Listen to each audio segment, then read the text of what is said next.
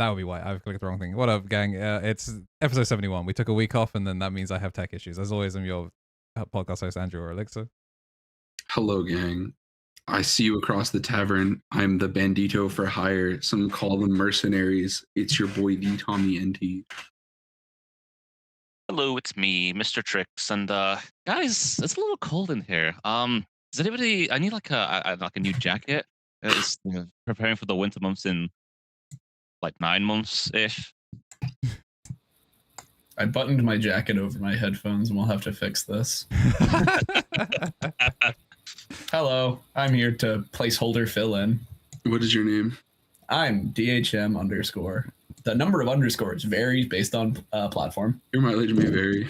Your mileage may vary. Yeah, we got jackets, huh? If you haven't seen the tweet on MCRDTCG, this is 4 of the finest players that we had availability. Yeah, we got a jacket, and we got our stuff before the other European team that we start beef with for absolutely no reason. We start beef with and then hang out with one of their players anyway because he's actually still a very close friend. Yes, these people are the nicest people you'll ever meet, and then there's those who are just prats. Yeah.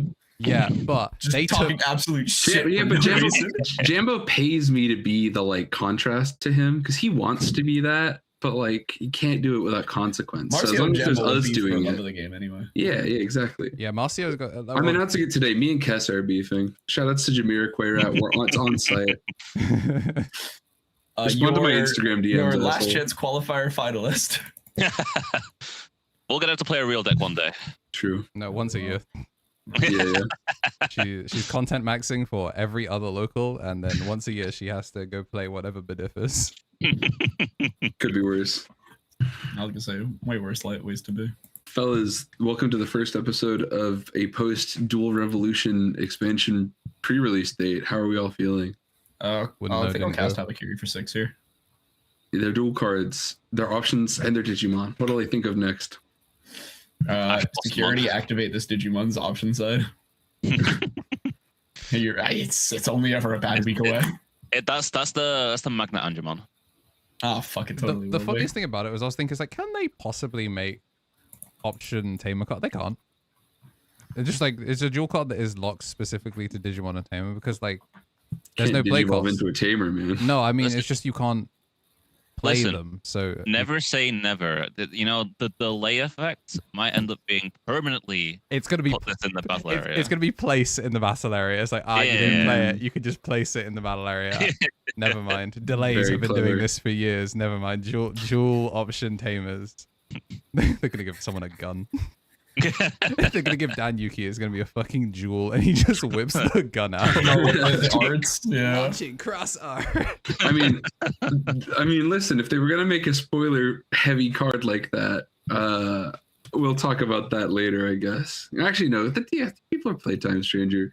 Listen, if they make a Dan Agio duel or whatever, you know what I mean? Yeah. Oh, true. And if you haven't played Time Stranger, because maybe comes out on Switch this summer, the recession or whatever, you should play Digimon Story Cyber Sleuth. I heard 3 million people have gone and taken that advice and downloaded that game and opened it. I think if you're playing it on the bundle version, don't accidentally let your console or PC go into an idle mode. It will break the Digifarm forever, and you'll never be able to make a balanced game back ever again. Yeah, it doesn't. If you put your Switch in sleep mode, it doesn't stop the farm because it's like a PSP. So you'll like cap whatever Digimon you put in the farm if you like leave it out in sleep mode overnight. Oh, that's so funny. Yeah, it's super overpowered. I'm away on a business trip for a week. I'll just leave this here. Yeah, I like multiple times. Agumon is actually shredded. Yeah, I had like multiple times accidentally produced like a junk ultimate that was stronger than my entire main lineup. I love that we've come so far from Digimon being a Tamagotchi where if you leave that guy alone unattended for 13 minutes, you'll find it hanging from like the ceiling fan. And now it's just like go away on a business trip, come back to your roided out kid on Tren. Yeah. Yeah, update on the fucking Crossheart V-Pet you got me, brother. Gumdramon is in the ground. Yeah. Poor guy did not make it to arrestor. He didn't want it enough. He literally but like the Monitamon or the Moneymon egg will draw you on, right? That's true. No, I'm an idiot. I saved first. That's unfortunate. He's playing around Fatigue. I'm playing around the Mirage. So They'll draw good. the one of. They will. Who is also in the set. Wow. Mirage is back, guys. And not a Mirage dual back. and not a dual card, and doesn't have his burst mode. It's okay. We designed his burst mode, I think, and it goes crazy. Thanks Bandai for giving us the blueprint that we definitely read out on stream. Yeah, and BT26, that deck is 100% popping off. And Ravemon will be there. And Ravemon. Listen, No, he don't. Well, Ravemon's best card that will come out this year is going to be a Toho Braves card. You can quote me. Yo, I'll Why play. is she green? Oh well, maybe we Why should. the fuck are you green? We haven't talked about a lot of that in a while, but this came up in the Misplay for Game Discord the other day about like the deal with Shambhala, and I was like, is it more of the same slop soup cards? And listen, last week Just gonna say puppet. or 2 weeks ago, rather, not last week, we had a week off. 2 weeks ago, someone on this show, maybe me, possibly, had a lot to say about trait slop. And it happens to the best of us. Sometimes you hear about terrible opinions for so long it kills you. We This dispense them card- weekly. This card for Drex. This card has like, you guys might see that the traits box is so long it basically encompasses the entire bottom of the card. That's because it's gonna come up. If you want to watch, actually, funny enough, on this show we talked about Shambhala for like what felt like 2 months, because every time we would go live, the bot would repost our Shambhala episode. But the Shambhala reveals basically break this shit all down. But there's like multiple VPETs, there's multiple settings. There's like a group of like control cards. There's a Mega Zoo template there. Like there's a million different versions of how these things could go that I think if you're reading it and seeing level 5 with Shambhala trait, you probably don't need to freak out. But that being said, this set's gonna be crazy. This set's gonna have like a million new Digimon that have every chance to be completely broken, and then yet another Omnimon, yet another Machinedramon. Like it's gonna be ridiculous. So And an Amphimon. and then and ghost game stuff for the people that are freaked out about that. But woo-wee. That's true. Guys, I'm tired of being a pretender. I love slop. I love slop, soup, broth. Give it all to me. This shit's practically stew. You have to chew on this. Oh, even better, man. Yeah. Hot take. The only reason people don't like slop is because their deck hasn't been slopified yet. If their deck got slopified, they'd be like, No, I'm just sick of Slopify Rebellion. I'm just sick of a thing that shouldn't be de-digi-evolving me de-digi-evolving me. Harry, you have crossheart. You were the original slop. When does one of my cards de-digivolve? And you say Shoutmon Cross 7 Superior BT21, I'm gonna throw a pipe at you. Didn't you get like a random black level 5 at one Spot point? him on the level 3 spot him on the Legend Arms one. Yeah, the 4+ one. Then have to be hard playing it for 4 or Yeah, it's not good. I'm just saying that there clearly is room in that architecture. Wait, to wait, We'll wait, just eventually spit give it one to out them. now instead Yeah. of... Doesn't Katone play for free? No, Katone, only level 5 or plays higher. level 5 or higher only. Yeah, so you have to... If Katone could play low level bodies, then you would actually play the original, like the Dorelu that warps into Jaeger to do the Jaeger infinite loop. Yeah, that Dude, You is. would Katone- actually do that to If people. Katone could play out little bodies, the deck wouldn't digicross. It would be Shoutmon, Omni Shout. It would also be Omni Oh Shout. god, yeah, it would just Yeah, that's you'd true. also like... Shoutmon for 3 You know, evolving Omni Shout it's for swing. that's for the Shoutmon Darulu cannon, like, oopsie. Oh yeah, to actually have access to my Psychmon outs consistently, huh? Can't have that. Yeah. But yeah, we had a lot to say about trait soup decks or whatever the hell. So Soup is when it's positive. If I'm losing, it's slop. yeah, I get it. So we'll see. I think I like when they made the change in BT20 or sorry, combined expansion 2.5 or whatever, where they were like, we're gonna start introducing traits that reference source material. I was like, oh, cool. But it doesn't. You don't just play trait soup. There's other things. And based on what we're going to talk about in a little minute, which is the 9th of May's Carta Magica in Montreal Regional, the slop decks fucking suck anyway, so it doesn't matter. Digimon Liberator. Sorry, actually, truly, genuinely, not a joke, the best performing deck on here that people would even remotely call slop was Crossheart.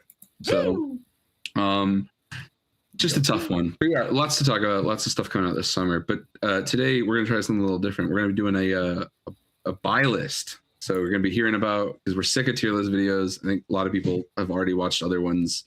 And the homies over at the Huang Zero channel already beat me to the other idea we were going to do, where we were going to rate every card in the expansion, because we saw the same Twitter post 2 weeks ago. But we shouldn't have taken a week off if we wanted to make that video. Yeah, my fault. I was in... You were busy. It wasn't going to work out. Yeah, so people have got to stop calling places that aren't London. I got to be so for real with you as, you know, a London escapee. Y'all got to stop calling shit London. Like, I am from a city that is, technically speaking, Greater London. And I am on the outskirts of that city. Sorry is not London. Do not tell me an event is in London and then I look and I have to get 4 different connections on public transport in order to make it there. And one of them is a national rail train. Wait, I thought you drove. I did drive because I drove down. So I was like, oh, I'll go see my parents. And then I'll park the car at my parents and won't have to drive through central London. I'll take the train. And I check and it's a fucking hour and a half because it's bus, walk, national rail train. I'm like, where the fuck is this thing? And I check, it's an hour drive. Because it's in Surrey, which is just not London. It's like actually just definitively not London. So the Star Wars Unlimited London Regional was in Sandown Park in Surrey. Excellent venue. Digimon is never going to be there, bro. Absolutely really? Never. This shit was huge. And the clientele that they are used to, not the Star Wars clientele. I can tell you that much. But yeah, cooler than any Bandai venue that I've been to so far. That will probably change in Rotherham, hopefully. Yeah, that one looks so cool. I've been looking at maps and stuff online. Shame it's just closed while we're there. Yeah. Like actually unironically kind of a bummer that I can't drop and go to the museum. But yes, so this week we're gonna do something a little different. We do this buy list. We're gonna experiment because there's been a lot of talks about like how good stuff really could be. What's the deal? What do I need to get? Should you even be spending money on this expansion at all? Are there other cards you should be buying? Question mark. Lots to talk about. But fellas, should we rip the Band-Aid off and get the regular business out of the way? Yeah, reminder, if you are watching on YouTube, you can subscribe for free. If you're watching on Twitch, you can subscribe for free using Jeff Bezos's money. If you have an Amazon Prime account, you can use Twitch Prime to take money away from a billionaire and give it to me so I can fund 4 of these jackets. And rate us on whatever your podcast listening thingy-mabobby of choices. Rate us highly, preferably, so the algorithms know to put us in front of more people.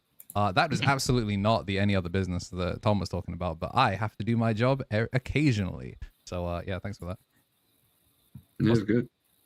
Yeah, so we put it in the live link. We're gonna talk Carta Magica real quick. Okay, yeah, word. We can because we're gonna have a whole big segment that's gonna take a little longer than the rest of this week. Yeah, that's fair. Honestly, I wasn't sure which order we were gonna do these in. So yeah, Carta Magica. On shout outs as always to DCG Nexus for having this. It's so good on here, bro. Like, we love Digilab as well, but this is one of the local homies, and also for not local level like infighting about Elo, this is such a useful resource of a website. The fact that it's the lowest 3-star one right there. Yeah, there you go. Yeah, the fact that the shit works so well, like, is credit to the idea that you can just click through. So like when we can look at this is sweet actually. Since I last looked at this, they've updated the actual breakdown for the total tournament, which is cool. Yes, there was a tweet that went out where I just asked us like, hey, if you were at this event, please submit your deck list so we can. I think they're at 82% coverage right now. Damn, that's sick. Yeah, so shout out to the community also like actively submitting. So 142 deck lists out of 170 players. So yeah, really well represented in terms of submitting deck lists. And if you are seeing this podcast and you were at Carta Magica and you haven't submitted it, there's a handy dandy clicky button where you can submit your list. But let's get in it, right? Let's talk top 16 because everyone's always actually. Do we want to talk the whole? It's not like a full of meta breakdown, but there I would say is a notable. 170 players. It's Machina on the board, baby. Yeah, this is the 3rd largest NA event of the year. And you know what? Ball out of control. Yeah, it's kind of wild. So there's a couple. Insane. I'd say the biggest deal in this expansion is that actually the problem is that there's somebody missing from the equation. I agree. More Jupitermon. people should have brought X-Mach. I'm literally still scrolling down. I need to find one. Yeah, we're on DCG Nexus. 85. Wow. Yeah. It's there. 80. Yeah. Hell yeah, dude. Yeah, Fucking hell yeah. Jupitermon did not make it this time, guys. There are no Time Stranger decks in any capacity in Top Cut. Oh yeah. For the, I believe, second time in any one of these regional tier events. Which was this new set legal? This is the last AD event, I believe. Oh, okay, that makes sense. So we're closing the book on this little chapter of AD. But it's an interesting shakeup because it's also the most centralized I've ever seen this format. Normally this format has been like, wow, look at all the different things you can play. This was like, it was Medusa and it was Millennium. Millennium is, I think, the best represented top cutting deck, and Medusa in second. And then Medusa was overall the most popular deck in the room, and Millennium the second. So a real 2-horse race here. But it's also Millenniumon's first regional win since. No, wait, did Rocks win in Germany? Let me pull that up, actually. I don't remember. I have the website that would be able to tell me that right in front of me. Are we counting Germany because it was a one-day event? I think this was also a one-day event, technically. Oh, so okay. in the event that like that might be the only one they're getting. Oh. Yeah. Let me triple check. Alibaba, Dusseldorf. Yeah, sorry, this is Millenniumon's second regional win, pardon me, because it did also win Alibaba. Man. So what the hell? Where did the Time Strangers go? I think they're just in waiting. Like Time Stranger BT24 set was decent, and well, it was very good. You know, it won the nationals, it topped worlds. But like, I think people have had time to come to understand what to do about the deck. Medusa plays very well into like the zoo piles, but like Time Stranger is about to get a huge buff. It's about to get a very significant buff. Right? Very much so. So you think most of it is like if people were cooking Time Stranger, they weren't cooking for AD? I also wonder if it's just like if you didn't want to play Megazoo and like Megazoo started to really be the highest converting form of like TS. If you're just like I want to play an Olympian, or you like Jupitermon and the main characters, like what's the point of cooking for this format where you can just wait, not have to play kind of uninteractive dog water and just actually play Time Stranger in the next set where it exists as a real thing as opposed to what it currently is. I think another thing, and like this is maybe a decent excuse me, they're trying to dox me.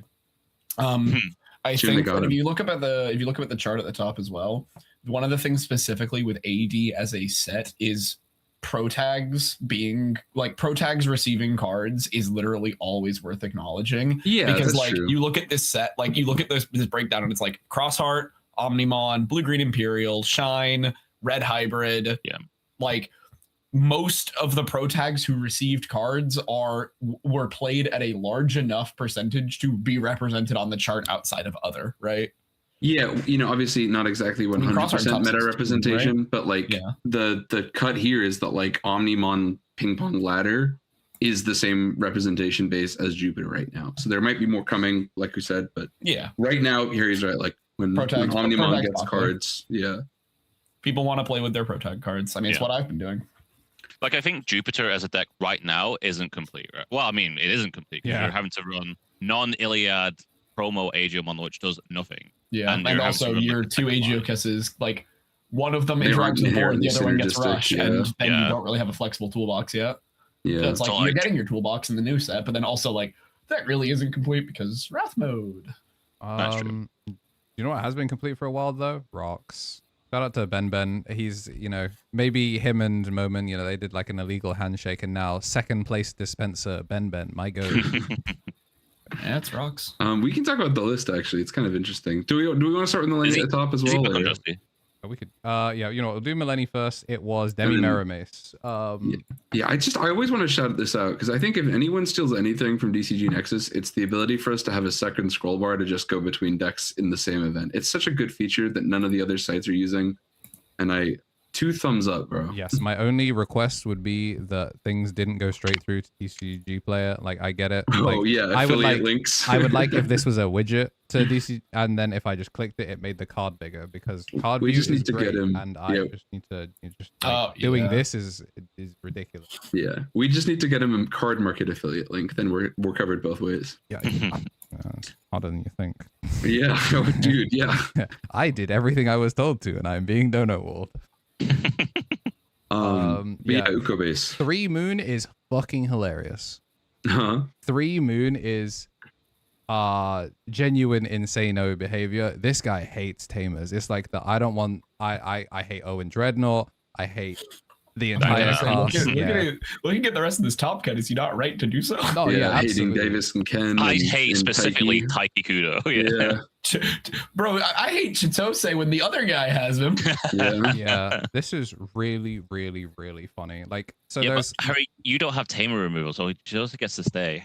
No, I'm saying like, as the Millennium player, you're like, your Chitose is cringe and unbased. My Chitose is based, so I'm gonna move Millennium. It's cool when my deck does it, right? Exactly. It's cool when my deck does it. Yeah, you also like when the analog youth kills your Chitose. I'm like that. Well, if no Chitoses get to live, then we're equal again. Yeah, then we're back to the and then you call it the neutral. Chitose Haraji having more regional wins than what's his name? Wait, what? Zenith. No, Zenith especially is hilarious. I was gonna go. I'm always That's so wild. No, you talk about the other Chitose. No, then Shoto. Oh, Mr. Kazuma. Yeah, like it's crazy, right? Like that's the dude that gets off screened by Dynamon loses to Ryutaro, or sorry, Lucamon loses to Ryutaro. Oh, Cool Boy beats Chito. That's why he works for the getting off screened by RKs. Yeah, like the dude that gets off screened by RKs being the statistically 3rd best converting Liberator character is wild. But this is a deeply broken. Hey, dude, the job market sucks. Sometimes you just got to throw a game to get a stable employment. Yeah. Well, that's the Lucamon guy gets a job at an investment bank. He gives up cheating. Damn. Okay, you know what? Mogul. You guys should read the web novel, bro. If you guys listen, we're never doing the Liberator lowdown on Misplay, but if you guys didn't watch the freaking bit where we say and read the web novel, it's so funny. We'll do it when Some of Elysian those characters comes are out. hilarious. We'll do it when Elysian comes out, which yeah. I guess we'll also talk about Elysian later. But yeah, this pretty cool. I think 3 Moon is very funny. All right, I'm gonna do it. I'm gonna open it in a new fucking tab. Flashbang. Sorry. Blinded by the Light. The Demi-Debbie. Demi-Debbie. One, yeah. Self-mill and gain a memory is very, very interesting. Especially that's so greedy though, right? Yeah, but it's really funny. Yeah. I mean, I guess it's like as long as you find one ISM, it doesn't matter what pieces end up in trash. So if you mill them, you could put the most annoying things to put back on top of their deck in their trash. Yeah, you're more likely to find like Spike a 7 or something. Yeah, this is like half of what Levian used to take mill cards. Yeah. Oh no, I insist. You will now draw like every copy of your level 6 for the next 3 cards. You need them, right? Yeah, I think it's really, really cool. And you see like low on ISMs for a reason. They do not care. They want to make Moon as many times as possible, as opposed to some other lists that are like using Zed as a way to pop your Millennium on consistently without having multiple copies of Wicked Gods. So very, very cool list. I like that Millennium on still keeps showing that basically any way that you build it is viable. As long as you click that promo, as long as you click every card that has a promo stamp 4 times, you'll get to the finish line. Or you say, bro, they don't need 4. Yeah. Or you can have a you don't need 4 ISM. The other one. You gotta click the other 2 promos 4 times each. So Ben's Rocks list. This comes with the addendum, of course. The 25-minute deck profile video will be coming to YouTube later, so much more of the tech will be explained. Yes, it's also very similar to his Worlds list. So there's 2 videos that explain how this deck works already. Yeah. I already know what you're gonna say, Harry. There's like so much. There's 2 cards I'm lasered in on that I want to talk about. The first one is I've gone on record. I've said this a billion times. I hate Gogmamon. I hate Gogmamon in these decks. Oh yeah. I hate this shit so much. But like, I also am not an actual Rocks player. Like, I play this deck periodically to be like, I wonder if this still can break boards and kill people, and then go yes or no and move on with my day. The other one though, and this one's like a different thought, is I think that the EX11 Tsunarizamon is like a unbelievable card. Yeah. because it's these actual. So one of the things with rocks is that there comes a point where you stop, like there's nothing to pop and it doesn't matter anymore. So the pop inherits on Tamer Playlandra and the other Sunarizas stop mattering, at which point I think one of the most egregious things the deck is allowed to do is just resolve EX11 Sunariza, second from the last. There you go. And just keep drawing while you're climbing. Like you can burst this thing out a bunch. Obviously, most of the time you'll be bursting Tumble, but a lot of your cards let you burst more than one or more than once at a time. And like you only have so many closes to reload. So Sunariza as a way to just deep draw seems really strong to me. But it's the same thing as always, though, where it's like Ukomon good. That said, the other thing as well, though, is there's no Ukos in here, which is interesting. Yeah, so it's got a different guy. Yeah, we can now address the elephant in the room. Yeah, Louis Iwata's here. It's an interesting strategy because it's like getting the second piece in rotation on a combo turn can come up. It's 2 memory for a Rush Sunarizamon. Yeah. Man, that's a Rush Sunarizamon. It's quirky though. There are like parts of this where it's like because of how the closes synergize, where like, you know, you're getting this trash from any place to go off. Like sometimes just producing the egg as fast as possible matters in like specific moments. And I think it's an interesting adaptation because I've heard from a lot of Rocks players, like it's not that Rocks can't keep doing it. It's that its gameplay pace is largely to a degree unfavored into something like Medusa where you take their eggs away.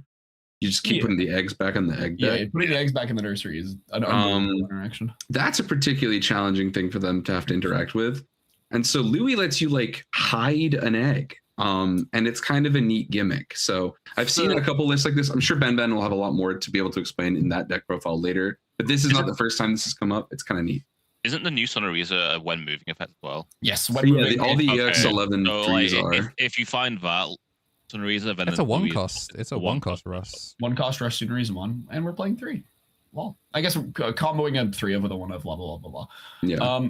The other thing about this that like I will say is that like, if we're not playing Uko and we're not just trying to kill from 4 100% of the time every time, Pyramidi EX11 looks more impressive in those situations by virtue of like the thing me and Monster talked about like when it came to the Pyramidi reveal is that like the Black War Greymon style gameplay you'd be allowed to play if like you know you go promote the crazy 4. It was Sunarizamon emblem for close. Then your opponent plays a Tamer to pass you back turn. You can promote, and if it's the new when moving Sunarizamon, you can start doing all your stuff and climb up into Pyramidi, like using your emblem, and you get to eat their Tamer and then low pass them back and do your 1 chip there. Yeah. And it's like it's a different variant. It's also you have to open like Exodia for that to do, like for that hand to happen consistently, right? But it is like they have a search on a 4. Nobody else gets that in Liberator. The Blandra? Yeah, the Blandra is unbelievable. If your Liberator has a level 4 promo and you're not named you're not purple or red, then damn, those cards were good. Hey, listen, Lanamon searches top 3 on Evolve. True. What does Promo Shellmon do again? Promo Shellmon, I remember was good. Load 1, draw 1. Yeah, that was pretty good. Which in a vacuum isn't a bad effect. It's just like they printed you an egg that was card draw later, so you stopped feeling so desperately in need of that. Well, I mean, that was then like a +2. Right? Yeah. Also Shellmon as a name is still important. Also, yes, I'm not knocking the 4s. They're great cards. Your draw also turns off if you draw too many cards. Not my deck. Yeah, the fish can load a lot of cards. There's a couple of them that are 7 or fewer, but most of them are not. Most of them really are just like end of attack. Draw 1. Yeah, did you live combat? Draw.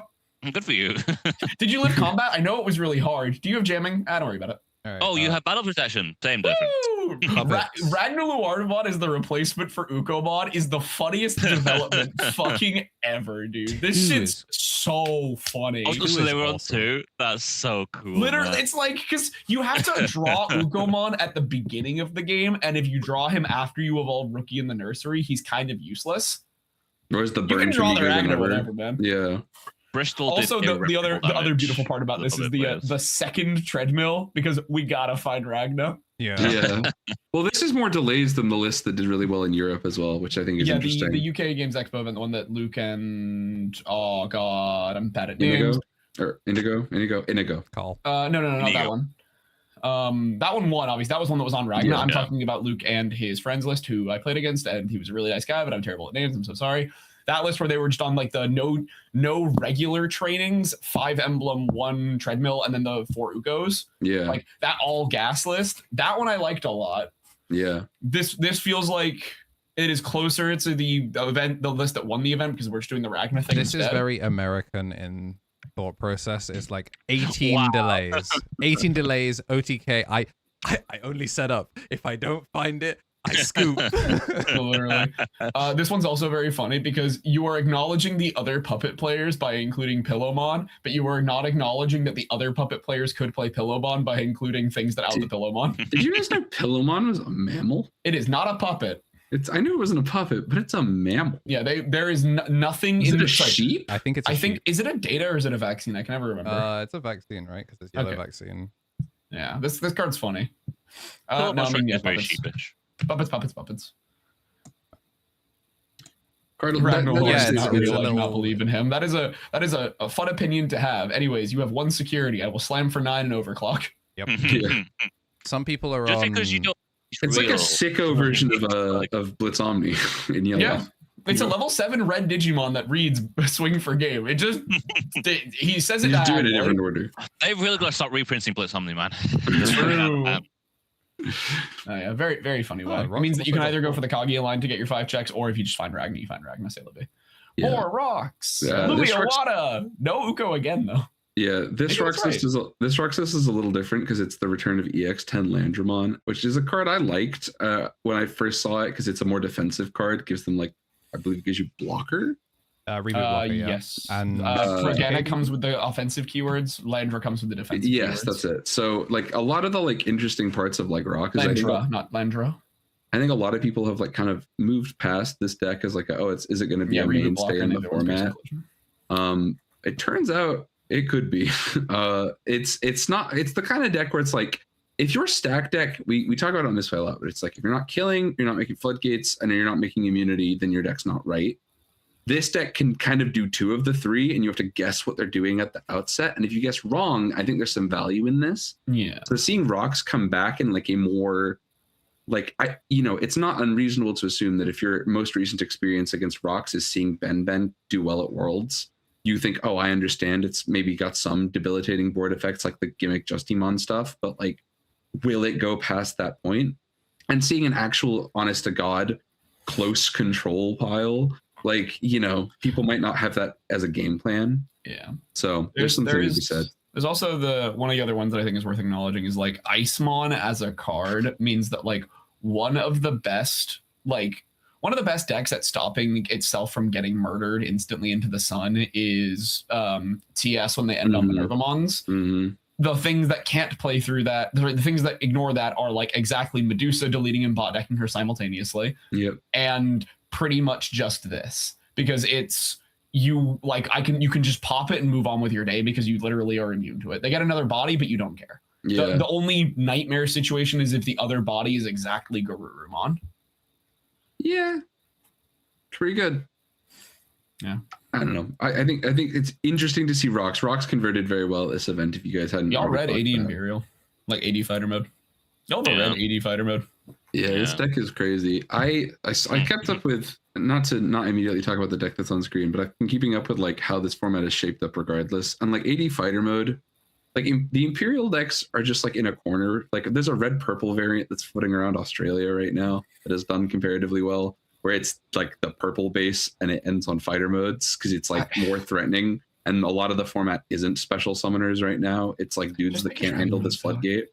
So it's just like the fact that this deck is like an extremely effective aggro deck that ends on 2 great floodgates. You're like, well, whatever one you don't like, I probably have. I'm a bigger believer in just like doing this and then Memprinter funny. I must acknowledge Memprinter funny. This deck is even playing one of ST9 Dragon mode. I think 16 Dragon with AD fighter in hand is like the most impossible thing to play through. Yeah. Like you get removed 3 times if you evolve. Unless with Primo. With Primo, sorry. Yeah. Unless you have like quick access to yeah, that's the one nightmare, but then you still have to play through Primo. It was not. It has to be Digivolve like by more than 1 at quick speed before Dragon mode triggers. Yeah, Primo is the card. Minervamon does that, right? Yeah. Yeah, Minervamon does that. Funny enough, Abaddamon, Minerva does do it, but I think one of the things that this deck gets away with is that it is good into Minervamon because Minervamon does not kill you quickly. Yeah, so and if they play Minervamon and you go into BT16 Pyldramon, you get to point and laugh the loudest you've ever laughed at someone in your entire life. This is the deck I think is gatekeeping Megazoo. Yeah, that's my. This is still good into Megazoo. If you are playing Megazoo and your opponent flips a Demi Vmon, you are like, oh, you literally cannot make a Minervamon with a source to begin with because you've cut most of your 5s, if not all of them. Yeah. And even if you could, a single Davis Ken will will neuter all of your blockers. And also, if you think about like how Zoo wants to kill, it's usually like either Maruki or Neptune 2 suspend. If they can't unsuspend, well, like that. Yeah, you like if you go into 16 fighter, you get to live. Sorry, 16 pile, you get to live a turn, pretty much guaranteed. Yeah. Also, Venus, their tamer interaction does not interact. It interacts okay with Daiken, but again, like you are not playing. Like you're playing Megazoo, you're not. If you're playing Megazoo and you're not playing Evolving, then the source stripping from Daiken doesn't matter that much, and they still like you stop them from getting 1 memory from the Evolve. You don't stop the 3 free memory that is Vmon and Wormmon JJKing you from thin air. Yeah. Like, also the Megazoo decks don't they can go for their OTK lines, sure, but a lot of the time they do have to hit you a couple times, and if they have to hit you, and God forbid it's one of the 6 copies of Davis Cannon security because Primo, then this is the thing we've talked about this deck for 2 or 3 years now. Is this deck gets better in long tournaments because the number of scenario you just run enough calculations. Someone's your gonna top have 2 securities. First check Daiken or Primo will happen at one point through a day. It is maybe still the most obnoxious. Like the only thing that's maybe worse is like one of the unique emblems play a face down royal base. Face down royal base is like obnoxious. You don't explicitly lose the game when you wouldn't have from face down royal base. You will lose the game to a Daiken. Yeah, to be fair, face down any of the field spells are also infuriating as well. Yeah. Basically, any field spell that should be free level 5. Any field spell that's face up and you hit a face down one is probably the most tilting. No, that one's an awful, especially if it's like I'm going to diffuse as much of this as possible. Because like if you hit a Primo, you're like, I should have seen that coming. When something's like big flashing lights, like this is face up, you have to deal with this last check, and you hit it first check, you go, well, fuck me then. Yeah, I was never winning this one. My bad.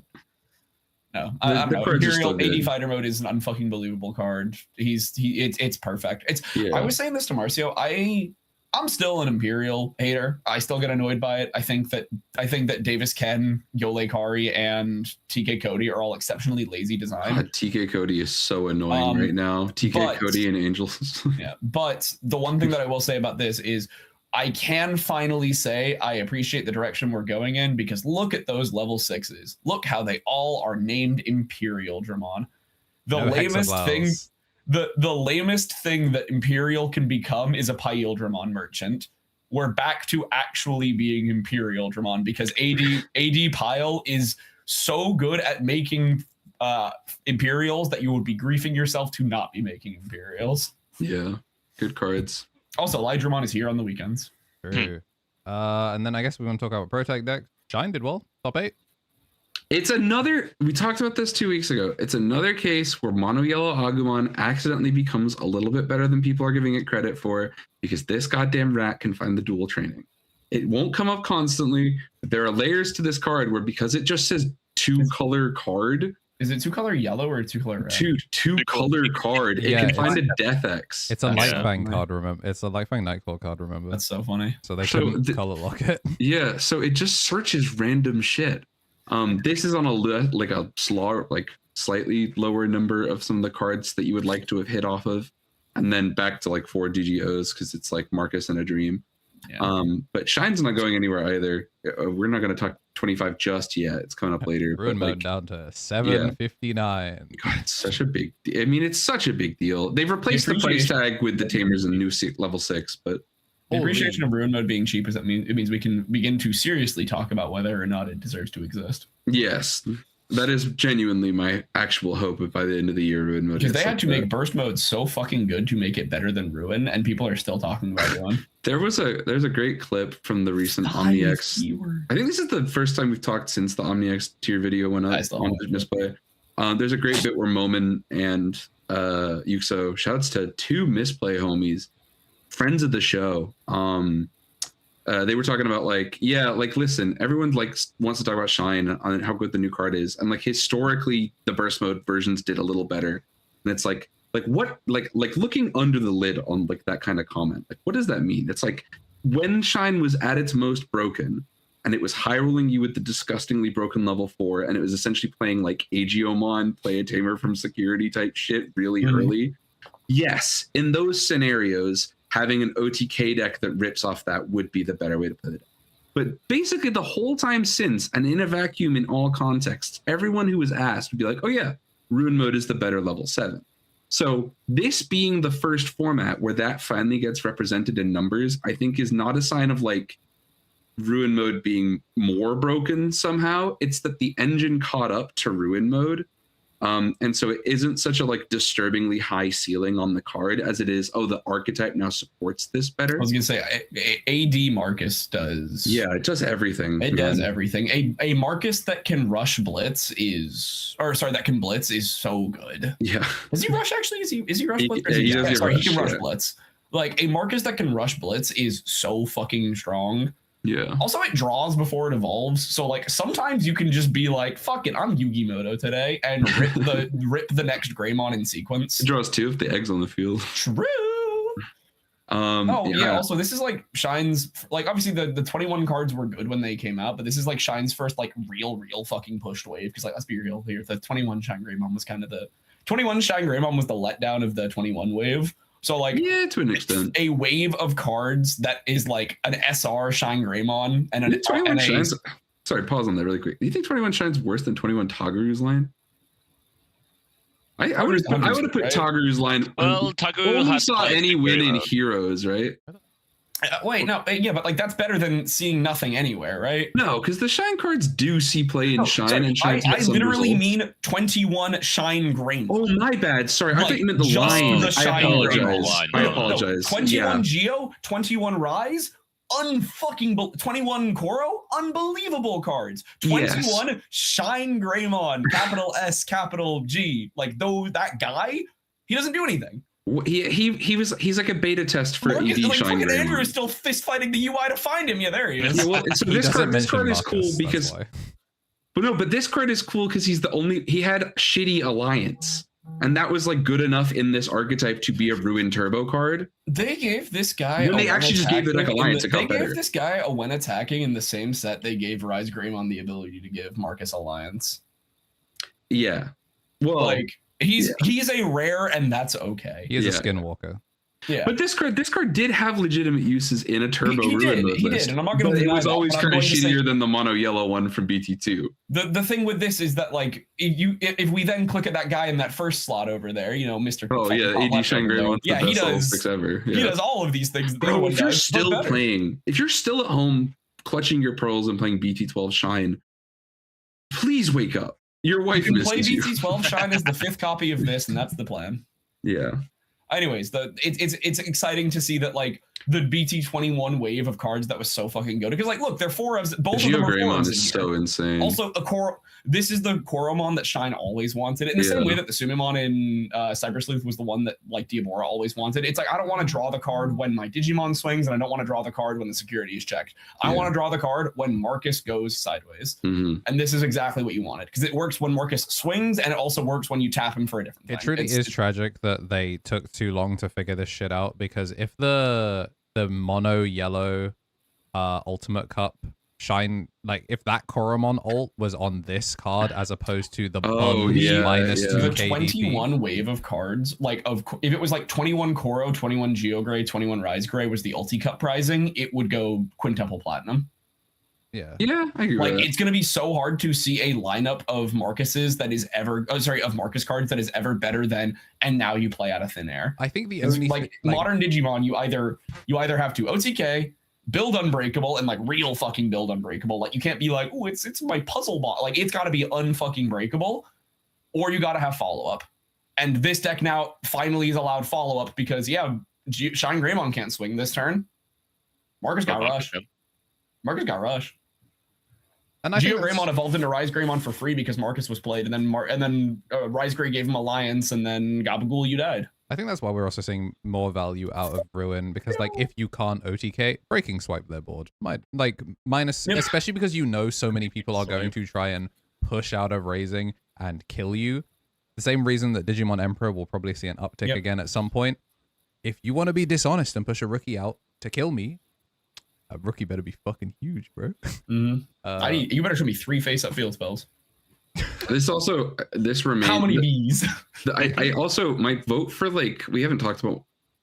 We used to talk about these like year-end things where we do like the naughty nice list stuff, but it's like the best X memories, Boko we do and stuff. The best turn in Digimon, in my opinion, in this format, is the absolutely disgusting disturbed mode turn of when Ruin mode dies at end of attack and keeps turn.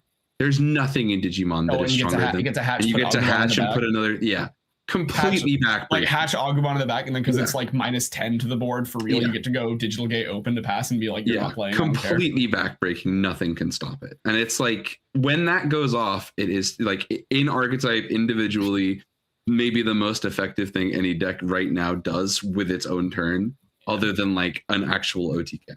It's a shame it's about to like disappear into the void, because it turns out 2 Marcuses that you get to play for free from hand that both have rush and are 12k base is pretty fucking good.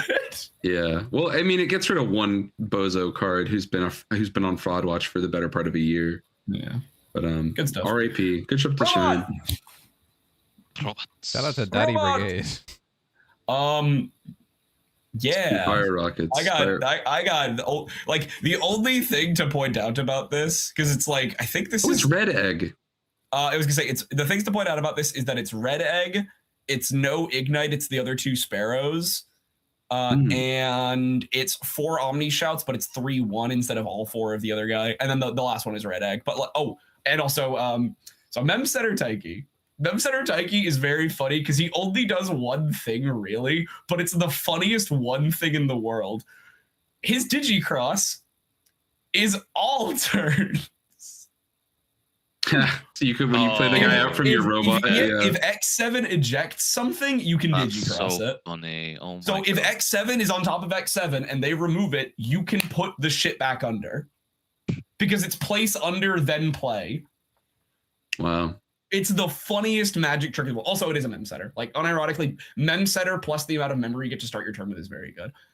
Red egg is here because we're on 4 Sparrow, 4 Raptor, so you're actually trying to just resolve that every time. And then the Omni Shoutmon thing is like, I guess Psychmon might be real, and also the Omni Shoutmon 19 is the one you want to eject off of X7 if you have no other choice. Because he does clear 2 little shits. Clears 2 familiars. What can be done about Fire Rocket? Lol. Run it. Lamau. Run it. It's escape fine. containment, We move on to, right? If they ban Fire Rocket from me, I move on to Hero of the Skies. but Hero of the Skies. Hero of the Skies cost 2. Hero of the Skies cost 2 so much. But it's also like this is simultaneously like not for nothing, because this doesn't matter all the time. But I've seen games lost to your deck accidentally. Your Time Stranger deck has everything being a blocker. Isn't Minerva opponent's turn? Nah, man, the field spells. You have that one coming. Right, like you can't. You actually have to make the field spells to win most of these game plans. And if it was just Crossheart sneaking that little shit card in, I kind of get it. There have been some sporadic upticks in seeing these cards tick around. So I'm interested to see where it goes. But like, also, this is just another case of AD keeping the cards relevant. I've been getting scammed by opponent's turn blocker for so long. I deserve a format where if you check my security, you get hit by a cannon. But you were playing it in a terrible deck. These days are not. Thing that can happen in the whole wide world. And I mean this in like it's a car crash and you're just supposed to sit there and pretend that you had nothing to do with it. Yeah. Is Vortex. Mm-hmm. Because you can out it. It's a pain in the fucking ass, but you can out it. It's like an EX6 alliancing with something it's not supposed to. But if they just check the rocket, you don't gotta out it anymore. Yeah. Keyword blocker. I miss it. I miss it. Kill it. And also, if they're doing it a vortex step, it's really funny when. And then it's the end of their turn, and they can't even hope to rebuild, and then you're like, okay, I will now move on with my day. Back when it used to kill Fenry on there, like, oh, you're at 2 and you swat. That is a real shame. That's a massive shame, buddy. So yeah, cross art. This is like I think fucking Imperial's not going anywhere. I think Imperial will stay relevant because it has a well, with the exception of Dianamon, which kicks Imperial in the ass. But this is the other deck where it's like this deck isn't getting a direct new toy this expansion, upcoming expansion. But I expect Shoutmon to still be around at the party. Yep. This was kind of a terrible. I think this deck is like it was, yeah. It's good. It's just a. It's just I say terrible. It's like, you know. It's the second best in Top Cut. Yeah, it's but just everyone I know on the internet, including us, said this was Bediff. Styraco? It is, but it's a red deck, so sometimes the sins of your actions will catch up to you. Yeah, well, that and linear gameplay actually isn't that hard to break. Yeah, I think it's really I was talking to this because this was the story I always tell about, like, Euro's Smile. These greedy lists make my I wish I was like that, but if I played one Cyclone Mon, he'd be my top security every game. Now then you scramble it back. Yeah, with your one scramble. Yeah, my scramble. I think that these decks are very strong, but it's like you said, that they kind of do their one thing. And so if someone has built their list to accommodate for the one thing happening, or is able to either outrace you on average or whatever. 5s. Sorry, go ahead. Like, then there's very limited outplay potential for you because you kind of have to do the one thing at them. And like, you don't have like a way to not do the one thing. Yeah. This deck is not blessed like other good decks have been in the past in red with like sequencing choices. Your variation on your plan is, do I put a 5 in the back or not? So the variation on the plan is like, how much of this can I do at progress? Yeah. At least when Gallimon was broken, it used to be like, when do I trigger the blitz? Do I do it first to get my when attackings off before? And then like that used to play around suspends and stuff. You know what I mean? Like now. Bird. Yeah. Holy offense plugin A. Giga Chad. It's the fucking it's Kokuamon. It's thing Marcio was saying. It's like you need a thing to make it so that your training. This literally is proof though. This is just proof that EX7 is it 7? That's an EX2. No, EX7 Zeph. Oh, EX7 Zeph. Yeah. EX7 Zeph, the biggest fraud ever to exist. All he has is Sec +1, and these dudes will do anything to not have that be their method of getting their Sec +1. Yeah. Like, I would rather revolve ST19 Zephagamon and cast offensive fucking A. We gotta ban all the security attack options. I'm tired of it. Why did they not simply fire rocket the medieval? It's so funny. No, I mean, like, it's Zeph, right? It's also, Zeph has the magic trick that he always does, where it's, did the format forget Zephagamon existed? If yes, yippee! If no, oh shit. Yeah, Zeph failing to complete the hat trick of 3 regional top 8s in a row is also exactly what you'd expect from Zephagamon. If you look at one of those Medusa lists, that motherfucker had 2 Serpentine races. He woke up and said, not me. Yeah. I do like that, again, like, they didn't have the protection on the Grangale. Like, we've started to see a little bit more of a trend towards, like, protection Grangale, just because you won't always find Vortex every single time, but, like, yeah. This guy's still good. This guy still good. Also, the list was playing Zeph Ace, and, like, these two combine to form Vortex really in, like, annoying. A weird way. Yeah. Like, unaffected Zeph plus Zeph Ace is, like, Vortex at home. Yeah. Same with Medi, Medi next to unaffected guy makes Vortex at home. Like, it is what it is. It's Zephagamon. Oh my god, sprint dash training add offense plugin A. That's what I'm saying. I think this deck is interesting to me because, like, you're like, the other dude had 2 Serpentines. If I'm XO at round 6, I would rather play another Medusamon than the Zephagamon guy who is concerningly also XO at round 6. Because that means he's got some like Western wind in his back. So round 6, he's feeling the wind. That's exactly. He's like he's had the iTunes on the whole time. He's moving. Yeah, he's got Crush 40 in his. He's got Crush 40 in his headphones. He's just got Night of the Wind playing on fucking. So yeah, I don't know, Zeph. I think if Zeph ever gets 3 regional top 8s in a row, we'll do something on this show. I mean, the dual card might help. Yeah, in 6 months. Yeah. And they're really nice HPD that cost £200 or whatever. 200 quid. There's no way. The pre-sale price. Don't buy the pre-sales. I'll buy pre-sales. But you know what you should buy? Unless they're from a homie. Whatever we tell you to buy. Yeah, true. Market manipulation. Anyway, doing the buy list finally? Yeah, let's do a buy list. All right, so my buy list is TommyNT, KnTElixar. My round 1 buy, my round 2 buy. Good, True. good bit, dude. Good bit, Good dude. bit. All right, we moved on. Is this going to be the first instance of Notepad being busted out during regular daytime hours? I think that makes the most sense. I think it's a little bit of Digimon card app and a little bit of Notepad and a lot of a dream. What's my terrorist pick for this one? So I think instead of reviewing this by like card for card basis, buy pre-release Pegasus Mons. Genuinely. But also actually, yeah. Wait, he's a common, right? He's an uncommon. He's got them. God. He got those. Thank God. I actually really want this card though. I need to build an Angels list. This card's ridiculous, man. I don't know. Good. It's so maybe, good. Maybe we gotta kill Nyaromon with a baseball bat. Yeah, but even can if that they be stop, on my BT, can I BT25 buy list card Nyaromon BT15? I'll keep it a buck with you, Harry. I've seen a lot of people like testing post Nyaromon versions of this deck, and they just play TK Cody.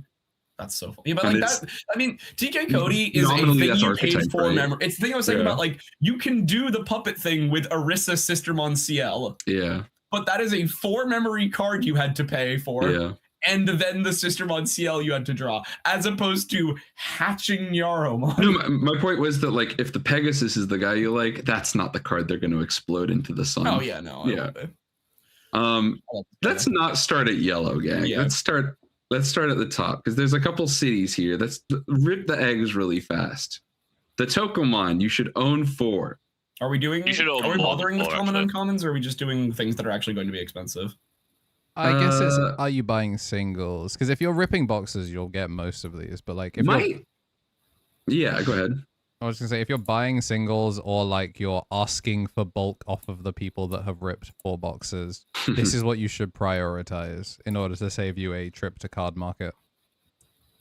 There's also attributes to this, guys, where we can look at it as like, what are the archetypes that we expect to be playable here, and that cards that get direct support.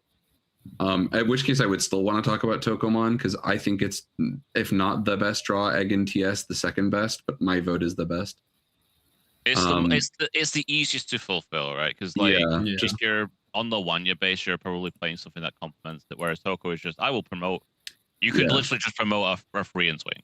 This is also if the level 5 DNA blob in this archetype played a Digimon instead of attacked, I would tell you to use the Wanyamon. But because you can reset this with Sylphimon, and I'm going to be talking about Sylphimon later in this video, don't fucking get it twisted.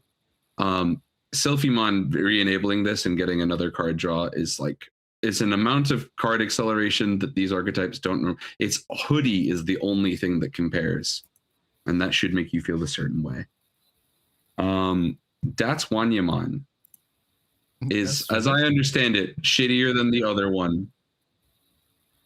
It's also a common. Like, I don't mean to be bursting the bubble, but you like, should be buying your commons. These are 6 common eggs. Like, if you have any interest in any of the tags that are written on these eggs, you should buy these eggs, because they will cost you pennies. This is like, if you want to play an Appmon deck, if you want to play that's a great point. Buy 4 of the eggs.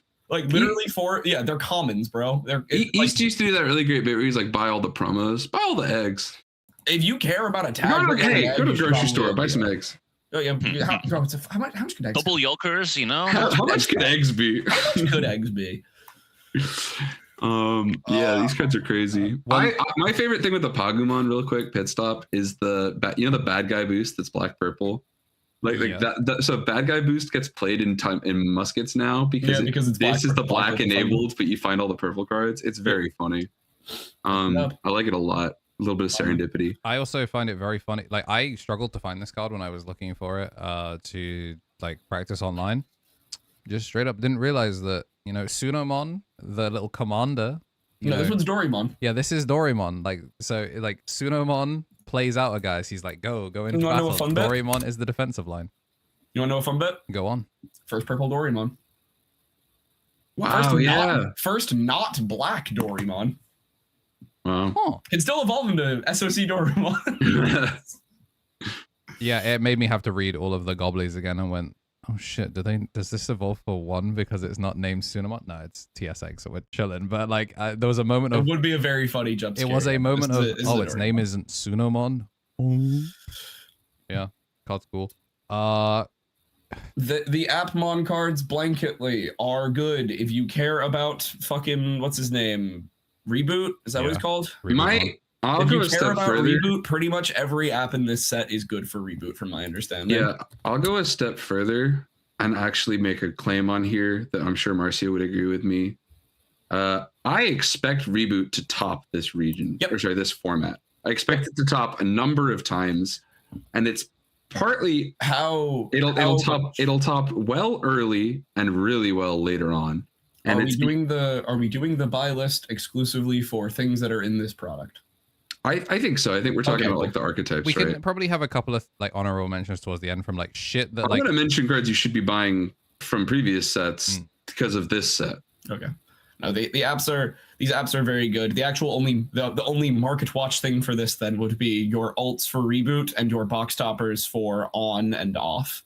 Like if you off less so, off is a little less in most of the lists. Yeah, on is like, very good. If you want the top, like if you are going to buy yourself nice Appmon cards, Onmon and Rebootmon are good cards. The only other thing that's not in this expansion that you should have is Promo Haru from your locals packs. Charismon from BT21. Yes. And the Gachmon from 21 as well. Gachmon from 21 as well. And it's the worst kept secret. But you should also own copies of Emergency Program Shutdown from EX1. Are we hiding this or not? No, it's nothing. Play there's no card. This is the extent to which Rebootmon has 2 weaknesses, and if you play Emergency Program Shutdown, Rebootmon has 1 weakness.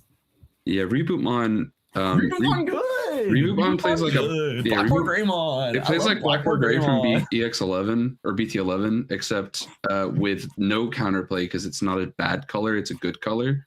Green is a broken color, so like being able to play a broken color is genuinely better than playing a shitty color.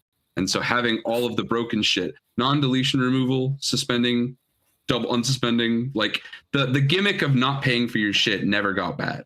It genuinely is so frustrating because there is one singular millisecond where there's a hole in its defense where if you can Asana start of turn lock it, that is the only time that you can get through its protection in terms of like oh, I can't unsuspend during my unsuspend phase. Word, reboot. Oh, I rebooted. Guess he's protected again now. All right, locked until my turn. Didn't ask. Don't care. If you find exactly at start of your turn before active phase, so Asuna and Hiroko, and you can suspend it and lock it, then you can stop it from getting back up. But yeah, buy EPS, buy some Charismons, because Charismon is like a one-time get out of jail. And then just build the deck kind of the obvious way, which is to abuse the entire green line because the green line has no dud cards for the first time in an app online. Fucking Steven Minecraft, the Digimon. Craftmon draws. I hate this fucking card. Craftmon draws so many cards. Dude, Craftmon draws a lot of cards. I like so dumb. A lot of cards. Minecraft is ruining all the things I love. I love Minecraft. Yeah, he's a bozo, man. You guys should buy Pokopia instead. That's my buy list. Yeah, also get Scopemon if you don't already have them, because that'll be for muskets, but yeah. No, it's great in Reboot as well. I watch the Reboot player draw 6 for no memory, and I go, sick. That was awesome. Thank you for doing that in front of me. Funny. It's Craftmon into the 5, relinks it, and then you get to link a second, and you link the fucking Scopemon. Is like, sick. You pushed out a rookie and drew 6.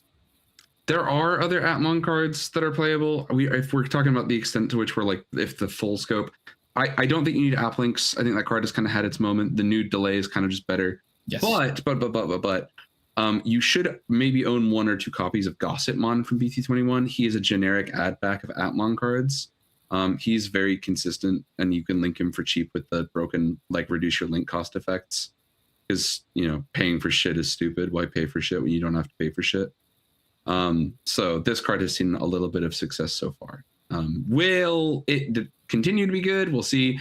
I think anyone who's trying to put spice in the BLT of winning my games is kind of getting lost. This deck is a... What's the Sec +1/1? Ouijamon or Ojamon. I know people talk about that as like the actually makes what's his name like OTK. You don't have to OTK, man. You don't have to, but this is the if you want to add like you were saying, if you want to add spice to your Black War Greymon, this is your Sec +1 Greymon. Yeah, that's true. Like if you want to play Black War Greymon but hurt people, you can put your Sec +1 Greymon back in, I guess. So yeah, shoutouts. I think Rebootmon will be good. That's where we're at right now. Otherwise, you buy all the pieces. Like it's not that complicated. Galaxy sorry, not Galaxy anymore. Actually, no, it is still Galaxy, but it's not Lightfang Nightclaw. Some people are calling it Cosmic Area. That's funny. Cosmic Area is a good way to put it. Yeah. My take on this is that if you are going to buy one of the shinies early, it would be Diana because she is the most likely to succeed separate. We have said this about every Diana. If you want the other, same with every. Blue's a better color than red. And then if you want the other two, I don't think you need to be in a super rush to buy them because I don't think that they will like go up unless a promo is announced. I would say Apollo is probably better than Diana in like the zoo piles. Personally. Oh, in the zoo well, Diana's a better counter to the things that are good right now, but Apollo individually is very good in zoo. I also think that Diana has a worse condition to spawn. Yeah. Apollo's very a lot easier. The other thing Diana has is a Digimon that is femme presenting in the alt art. That's true. So it costs more money. she will end up more like if you're worried about one of them going to the moon, it would be Diana before it was Apollo. She is also purple. Like she has all of the things that make her randomly more expensive.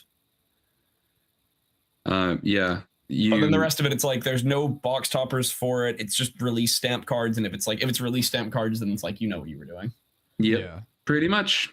Next archetype. This deck goes without saying. If you were like, I'm not interested in Time Stranger slop, but now they made Glup Shidos that you like, you should also go back to BT24 and buy some Dankanans, maybe some Homeros, some Asanas, and some Hirokos, some Homeros or two if you feel like that version of your deck will benefit. Buy TS cards if you intend. But if you're now getting on the table, repeat this the number of times we talk about a TS sub archetype.